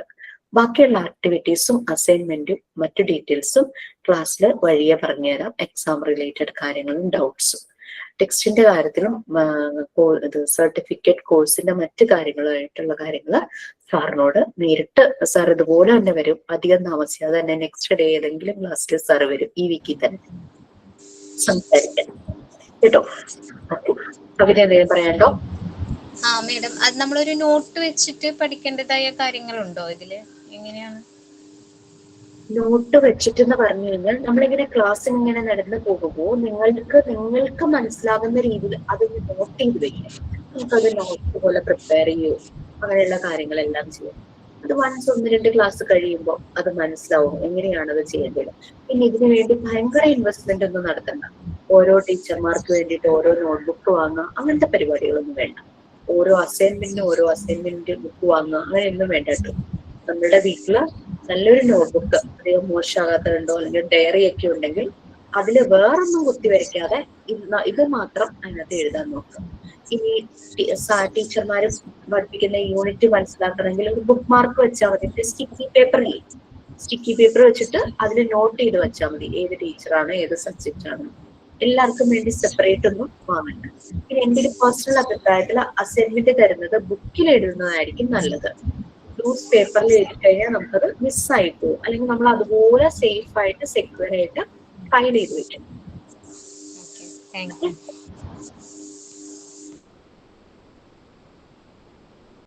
പിന്നെ മാഡം ഒരു സംശയം കൊണ്ടുണ്ട്. നമുക്ക് ഇപ്പം ഞാൻ മോണ്ടിസോറിക്കാണ് എടുത്തേക്കണേ. അപ്പൊ അത് നമുക്ക് അത് പഠിച്ചു കഴിഞ്ഞ് കഴിയുമ്പോ നമുക്ക് PG ക്ക് വേണ്ടി ചെയ്യാൻ പറ്റുമോ? PG ഇതിന്റെ ഒപ്പം തന്നെ ചെയ്യാതിരുന്ന എന്താ, പിന്നീടാണെങ്കിലും ചെയ്യാം, നോ പ്രോബ്ലം. തുടക്കത്തിൽ തന്നെ അഡ്മിഷൻ എടുത്തപ്പം PG എന്ന് പറയാൻ പറ്റിയില്ലേ? എന്താ പറ്റിയേ? അല്ല, അന്നേരം അത് ടഫായിരിക്കോ എന്ന് അങ്ങനെയൊക്കെ ഒരു ടെൻഷൻ കൊണ്ട്. PG-യിലെ കാര്യം ഞാൻ പറഞ്ഞുതരാം. PG-യിലെ 2 മോഡ്യൂളാണ്. അതില് അത് ഓരോ സബ്ജക്റ്റ് ആയിട്ടാട്ടോ. ഒന്ന് educational administration and management.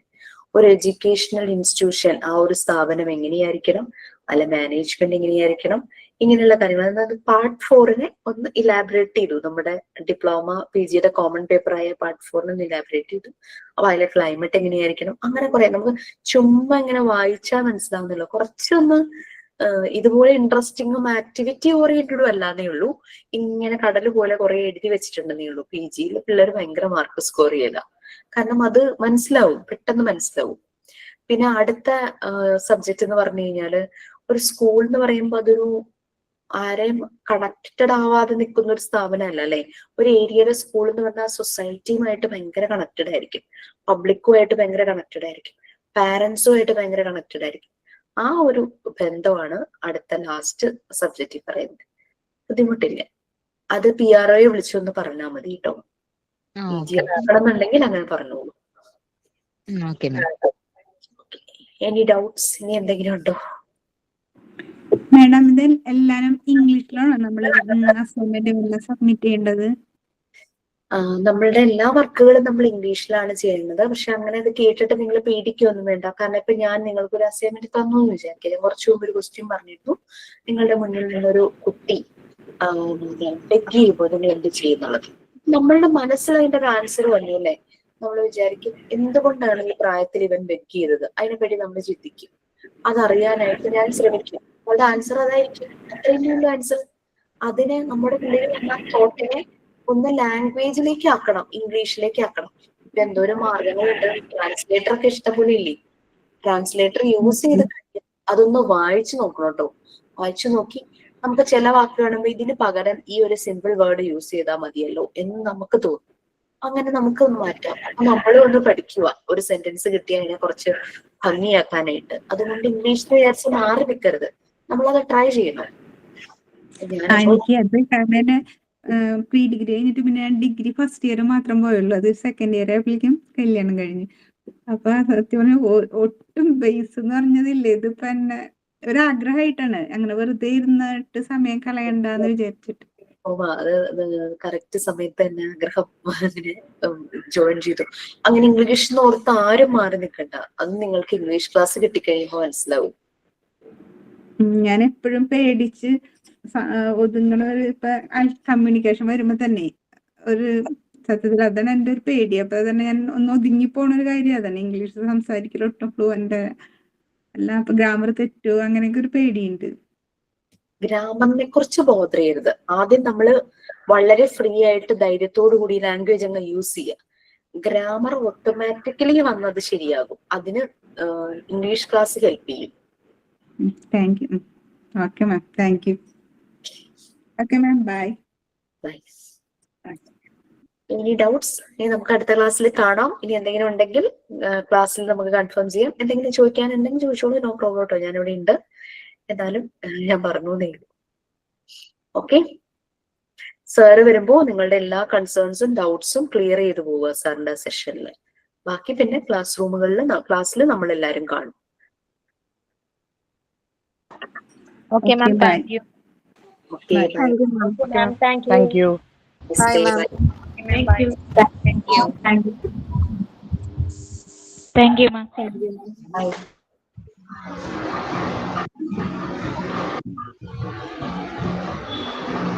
Thank you, ma'am.